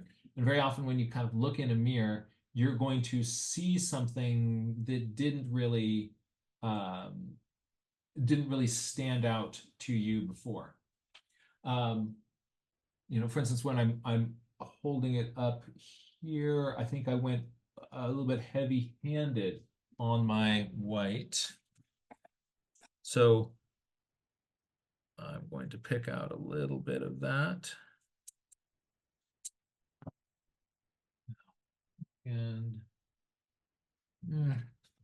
so, you know, might be a little bit of fine tuning that this bird gets. But then when I am pleased with it, and sometimes if you have a hard time kind of looking at a drawing, kind of going, is this right?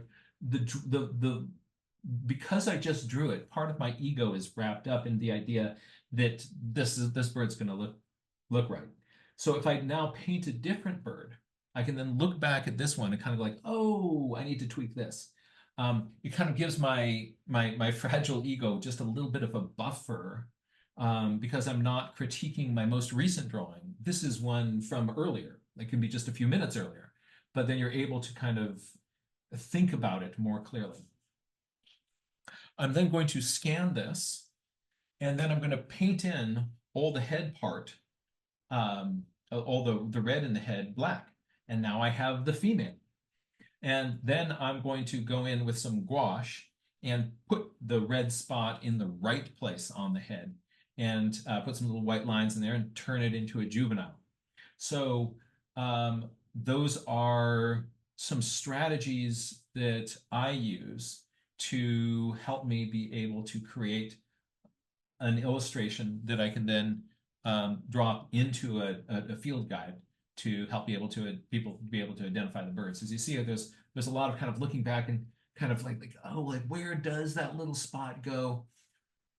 But rather than just putting spots all over the back, really analyzing where those dots were helped me create those patterns. When I realized that, oh, you're small spots in the upper chest, you're more bars across the lower belly. These are useful things that help us kind of make our bird look more like the bird.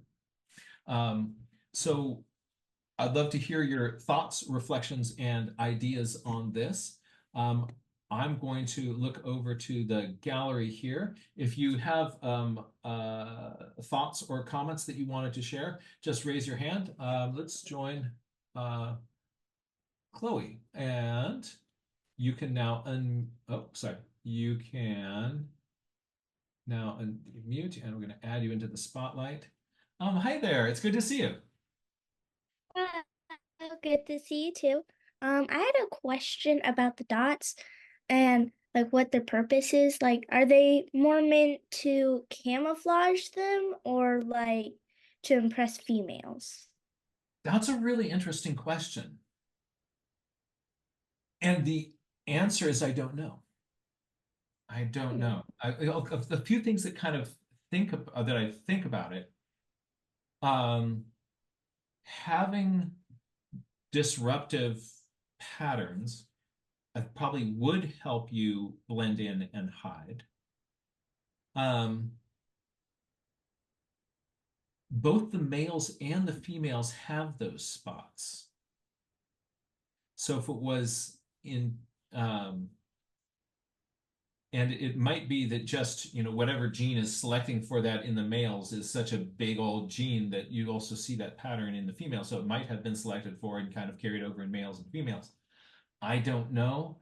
But what I really like about the way you kind of framed that question, and it shows me that you're thinking like a scientist, is a lot of people, one of those ideas might occur to them, like, oh, that's to impress the females, right?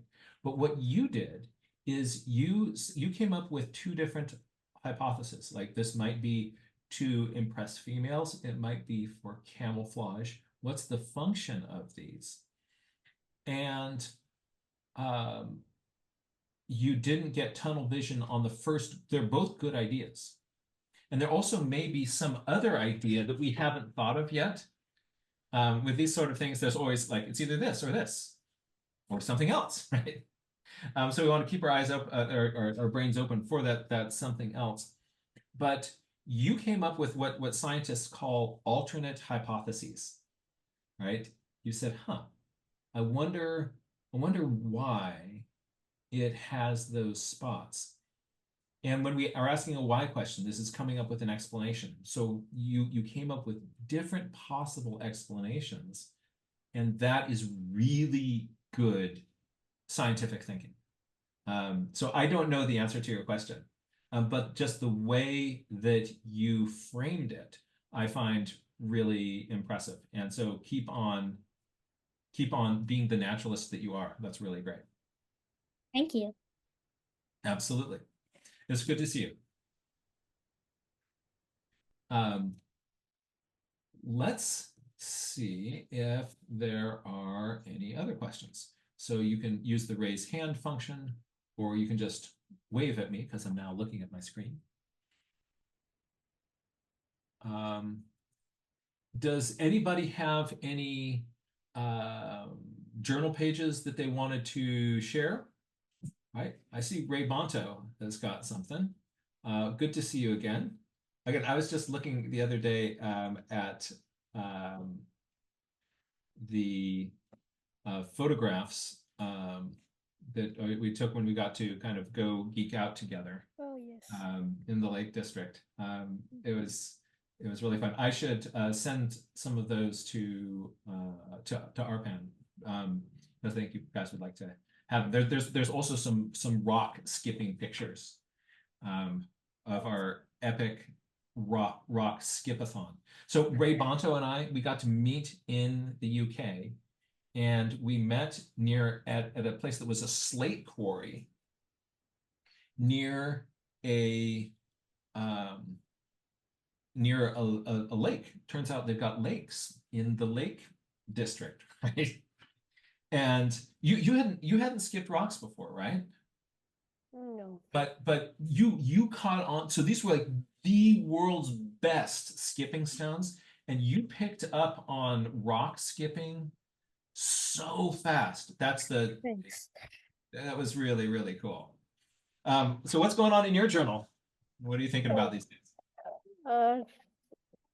Just this one for this week.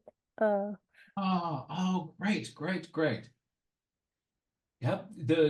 I I like went a little ahead, so I didn't use the gel pen. great. Yeah, there's both are good strategies. Something that is neat when you do it all one way or all the other is sometimes there's kind of a consistency that you get in the picture where you see that you know, it sort of feels like sort of the same light on the same bird. Sometimes when you use two different approaches, like I'm going to leave these ones and then do gel pen on the other, it can look the two parts don't necessarily go together. But this bird feels really solid. I really Thanks. One thing was my gel pen had run out, and my nearby art store just closed forever. Uh, yeah and the gel pens they're finicky, aren't they? They yeah, they so I always encourage people not to get, or I should say, discourage people from getting a whole bunch of gel pens at the same time. You think like these are so useful, seriously. 30 of them, right? And then they'd like to dry out well before you use them. So I've got um, you know, you have to every once in a while kind of go back in and get yourself a new gel pen. They're useful though, right? That's it. Yeah.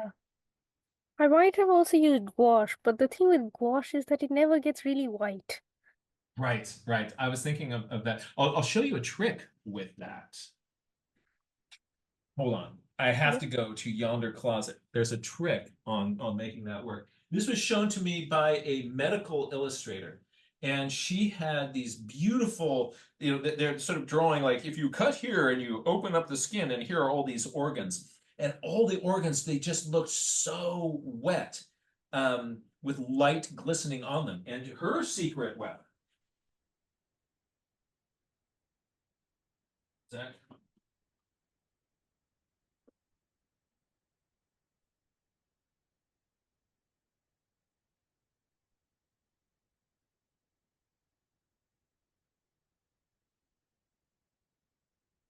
Ah, ah, is paint right out of the tube. So what she does is she opens up the gouache, and when she's putting these little highlights on it, she wants them to be this super intense pow white. She's not re-wetting gouache. She's dipping straight into this.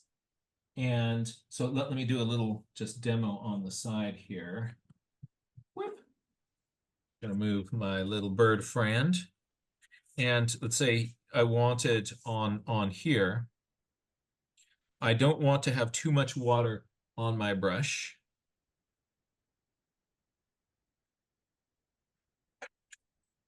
And then kaboom. Mm. That's a little bit less practical for the field, right? Yes, exactly.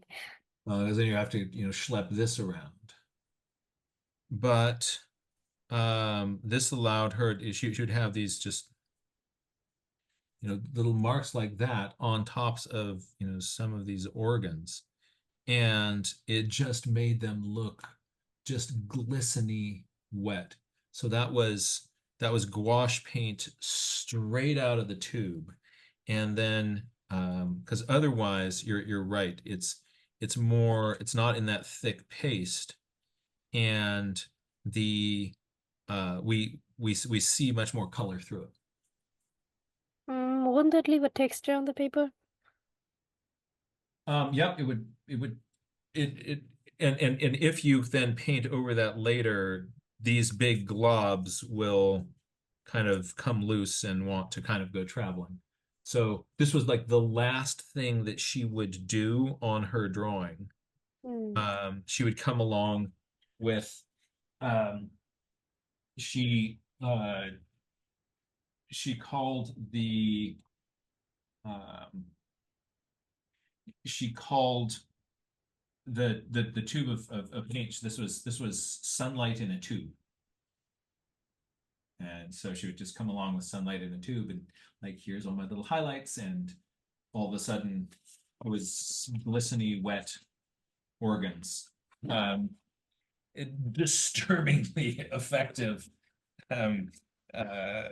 result. It really kind of gave you the feeling you're looking down at somebody's opened up tummy. Those were solid illustrations. Might give it a try. Thanks. Absolutely. Good to see you. Good to see it. Right. Let me bounce over to the gallery view again. Is there anybody else that had something that they wanted to share? Veo, what's going on in your notebooks?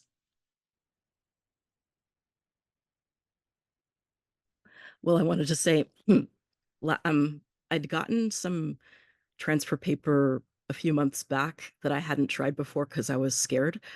And after your demo last week, I tried it for the first time, promptly did something ridiculous with it, laughed, and then tried again. This is good. So thank you for that. There's been some projects I've been trying to work on, and I finally have got the courage to do them.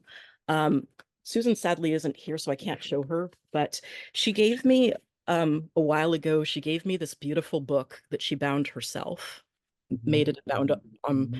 Uh, And I was falling into the whole like precious trap of, not wanting to use up the paper until I had something really good to do with it. And so I thought, what better way to honor Susan than to draw all of the bugs at my restoration site? So it's just starting. I've been practicing butterflies on other pages and stuff, which has been really difficult because sometimes the cell patterns are quite different, or the vein patterns. So I also found out about another extinct butterfly. It's a variety, or I can't remember, subspecies, something like that, called the Fairies butterfly that used to live here. It's the same species as the mission blue. And so oh yeah, this is a West Coast lady, madness. And then ladybug. and on that West Coast lady, a great strategy that you can do is you can, if you use tissue paper like this, right? Let's see, I'm going to add myself into the spotlight just for a second. So if you do it with tissue paper, you trace that thing, you then use the transfer paper, then you turn the tissue paper over, and you get the other wing. Brilliant. Instant symmetry. Thank you. Right? So getting all those little veins. Oh, they're so vain, right? That can be rough. But yeah, then just you flip that tissue paper over and you get exactly the same vein pattern and exactly the same wing. So you get this really nice symmetry. Thank you. You just saved me. And I've only just begun this, so you just saved me a whole lot of sadness. Like I'd done this one a while ago, but I didn't know the trick. So I haven't put in any of the veins yet because the veins make me sometimes occasionally want to cry a little. And I hadn't done that with this one either yet. This is the Fairies Blue that I was researching. And I have to go back in and add the backs as well. So I have to go put a little, and then this one is a mission blue. And then I've got quarter view angle there. Thank you. So maybe I should do this only sparingly and just do more of this and then try that trick that you told me, because that would just save me a lot of sorrow. So this one I've got more work to do with the butterflies. I'll try to be fast too, because I see that we've got somebody else who wants to share. And then the transfer paper. Good to everybody, but you're important.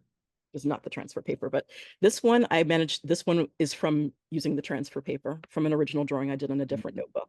I have to go in and add texture to here and some other places, but this is thanks to the transfer paper, so thank you, it works. It does, it's cool.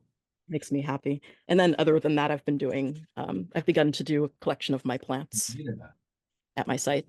So go back to that manzanita for just a second. Sure thing. I like all you've gotten really comfortable with, like, if it's going to do a weird angle kind of coming at you or going away from you, 3/4 view. a lot of people just turn everything into the side, but you have gotten comfortable just sort of accepting the view that it gives you. Thank you. Trying to. This one was really fun to do. I got to look through some of my old pictures to do it. And then I've got more I have to do, of course, but this is a gooseberry. And Yeah. Ribes menziesii, I believe. I've got to block in the leaves a bit more. I started out by doing big circles, and then I blocked in some of the bigger lobes, and I have to go back in and add the vein, I mean the leaf margins that are all serrated and such. But this was fun to draw. Yeah, And and with that heavier line around it, it really pops it into the foreground too. thank you. And then this one. And this one, I'm going to have to relook at some of your ideas about clusters of white flowers, especially because this is the first of many, because I've got a ton of rosaceous plants that do that. I'm like, Ocean spray. yes, you could tell it was ocean spray. It's totally ocean spray. What else could it be? You just made my day. I'm so happy you knew it was ocean spray. Yeah. I'll share more next time, but I see that there's somebody else who wants to share, and I want to make sure he gets to share before you have to go. So thank you for letting me share. Oh, thank you for ocean spray. Thank you. So there's Hi. I was just wondering if you ever used watercolor pencils for the sketching, so that you covered it with paint, it would just blend right in. I like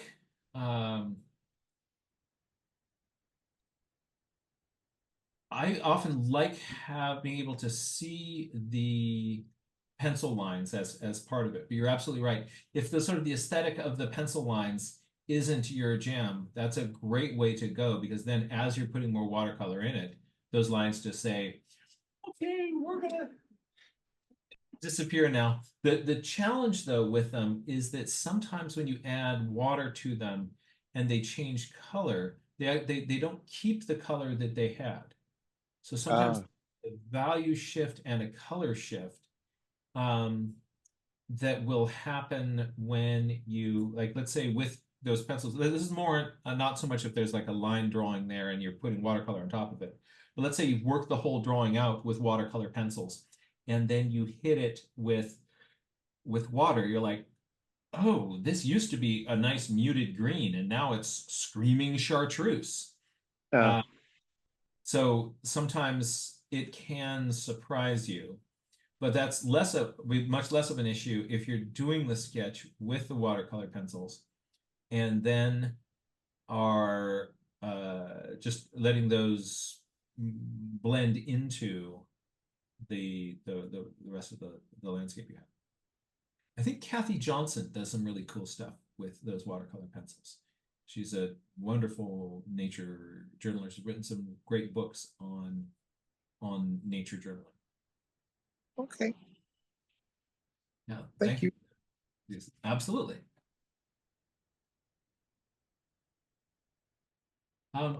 Let's join Jack. Hey there. Hey. Great to see you. So good to see you too.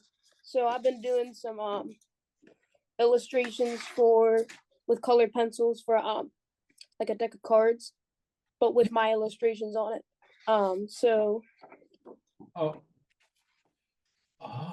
Jack. A little yellow rump warbler.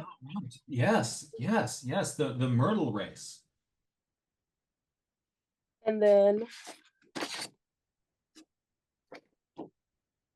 little the way you've got those darks blending into the blues and leaving some of those lights gives you a sense of the iridescence on the back of. And I've got a little painted bunting. Oh, isn't that bird fun? Yeah, so many colors and shades. Nice work also with those back claws coming towards you. That a lot of people have a real hard time with those foreshortened views of those legs. So you've got a foreshortened leg and foreshortened toes and a foreshortened claw. Yeah, so I had a question too with the transfer paper. as hard as I try not to, I always smear it. There's always smears everywhere and like graphite marks where I don't want them. Why is it doing that? What brand of transfer paper are you using? I don't know the brand. We just have like a bunch of sheets of them in our basement, but it's the black stuff. Looks just like yours. I don't know why it like smears the paper. I don't know why. Yeah. It may be have something to do with the way that you are pressing on it. It might also be just funky transfer paper. Why don't you Maybe, and maybe it's like my hand or something when I'm drawing. I don't know. yeah, so I just sort of have it there for a little while.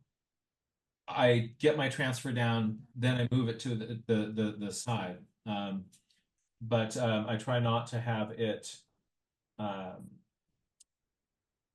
spend too much time kind of sitting on top of other drawings. But Yeah. send me your address again, and I will just fold up a little piece of this transfer paper and send it to you. If they work the same, and it's the same problems, then it's something that you're doing, and we can investigate that. But this would Okay. allow us to tell if it is if it's due to the type of transfer paper. Okay. And then I've been really into wood carving in the last like year and a half. And for a big competition coming up, I'm doing, and it's a really fun carve too, a harpy eagle bust. So So you're wood carving off my wall here. Come on. It's not wanting to come. Anyway, but so are you're this is now 3-dimensional carving that you're doing? yeah, so this is like yeah, so it's 3-dimensional, and I'm doing a harpy eagle bust. So I'm gonna do some like insert feathers too. So I have my big block of wood, and then I'll insert feathers too for those big head feathers I just got. Yes. This is like halfway through. It's not. I'm not finished sanding or doing the texturing isn't done yet. But afterwards I'll spray it once it's all sanded, and then I'll paint it. But this is it so far. Whoa, Jack, this is crazy. Look at this thing. And going into the mouth there, the texture inside the mouth, this is all from one solid block. Yep. Oof. Yeah, I agree with Rocco. Oof, this is amazing. And then there are going to be some of those big plumes sort of sticking off the back. Yeah. So there was a knot right here in the wood, so we did knock it off and use like a filler, but we were able to carve right into the filler. Now, this is all one big block here. Yeah, yeah. And then you're gonna be able to put in glass eyes into those depressions. Yep, glass eyes. What are your primary carving tools? So to rough out, so like when it's a cutout, I use like a bigger motor. The brand that most people use is Fordham. And it can handle really big bits. The bits can get really big, really aggressive, and that will like really knock down lots of wood at once. Just get the general shape. And then I use a little bit finer tool, but they're all like drills almost, but like handheld and more precise. The micromotor, and that will hold like smaller ruby bits, and I think diamond some people use, and that does the finer stuff. And then you can get like sanding mandrels that fit on the shank, and I use that to get these feathers sanded up here. And then you can see with the smaller bit, I got the splits, and then this is a wood burner, and then I'll go back in and do all the texture on the rest of the feathers with the wood burner. And then you can also texture with a little stone, which basically does the same thing except not burning it. Whoa! Wait! Turn it back that way again. Turn. Yeah, and then get that side, and then bring it close to us.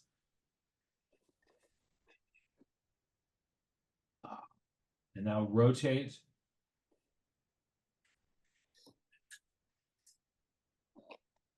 Wow, this is so exciting. Let's see the other side of that face there. A little bit Here. closer. Yeah, a little bit closer in there. Wow. Look, all those little tiny contour feathers coming into the gape and the sear. Boy, And then that's where the tongue will be coming in there. Wow. Wow, Jack, this is so cool. This is amazing. Yeah, it's a lot of fun. That's spectacular. What uh, uh something that I would like to talk to you about is um teaching some of my classes,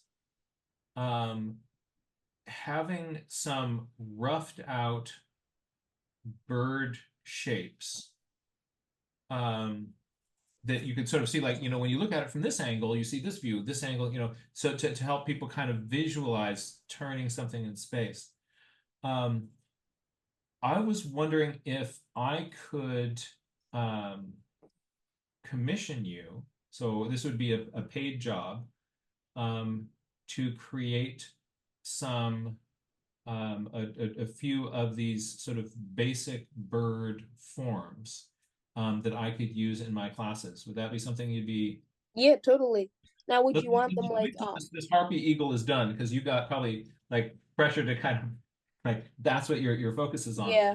But when the smoke clears from that, and I'd love to kind of, let's just sort of set up a Zoom meeting, and I'll kind of describe, like, I want this kind of a shape. I want to show these sorts of angles, and then so this wouldn't kind of be going down into the Cooper's hawk. I've got a Cooper's hawk that just scared everybody out of the yard. That's fun. Um, so I would love to explore that project with you. And so this would Yeah. be a paid gig. I would like to sort of pay you professionally for that, because from one artist to another, I respect the work that you're doing.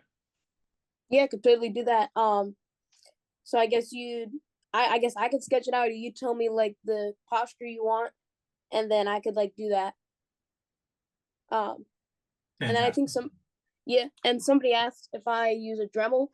When I first started out, my grandfather gave me one of those, but the thing about them is the motor is in the handpiece, so it's very bulky to hold.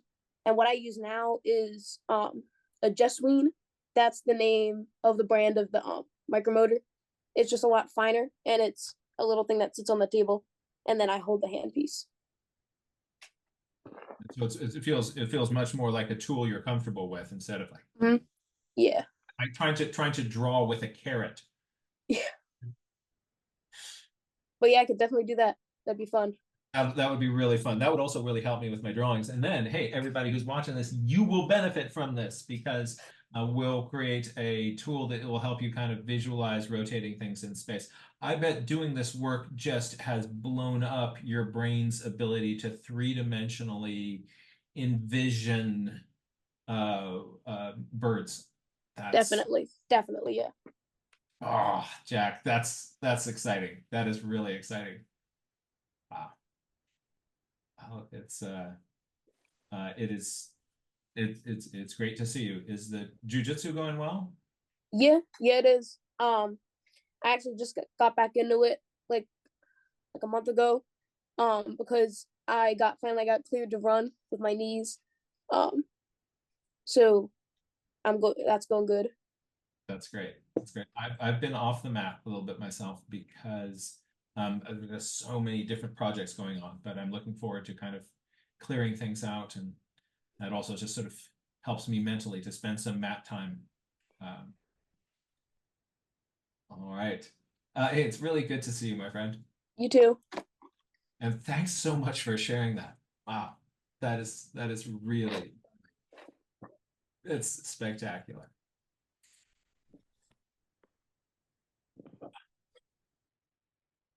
Ooh, that's cool. But folks, I can't wait to teach classes with some three-dimensional things that we could show. I think it would just like help people understand how to draw these birds in some really, really useful ways. Yeah. So with that, my friends, we're going to be wrapping up this workshop. We hope that this little bird you got some strategies out of kind of watching this in progress, and want to encourage you folks to get your creative on. When you do, it's really easy for us to get super judgy about ourselves and to beat us up like this didn't look like that. The secret is to give yourself permission to make lots and lots and lots and lots and lots of drawings. And so you saw me make several mistakes during the course of this. And the more I do, the less any, like if you have done a small body work and you make a mistake, proportionally it feels like a bigger deal. Like let's say you just did 2 drawings and one of them didn't work out the way you wanted. Like half of my stuff, right? It's not working. But the more you do, the less pressure there is on any one drawing. And you have to kind of put a bunch of things on paper in order to, sometimes it's just luck. Sometimes we'll do like that bird worked. So give yourself permission just to make, to create. And the more you do, the better it's going to get. And be kind to yourself as you are in this process. And that just gives you permission to play on the paper. Folks, thank you so much for joining us here. I'm going to bring Avea, may I bring you back on? All right. There we are. Avea, thank you so much for your help in wrangling these workshops. And it's great to see you again. Folks, until we all meet again, stay curious, be kind, and let's give ourselves permission to get outdoors with our sketchbooks and just re-immerse ourselves in the peace we find among wild things. Thank you, Jack. Thank you. Take care, everybody.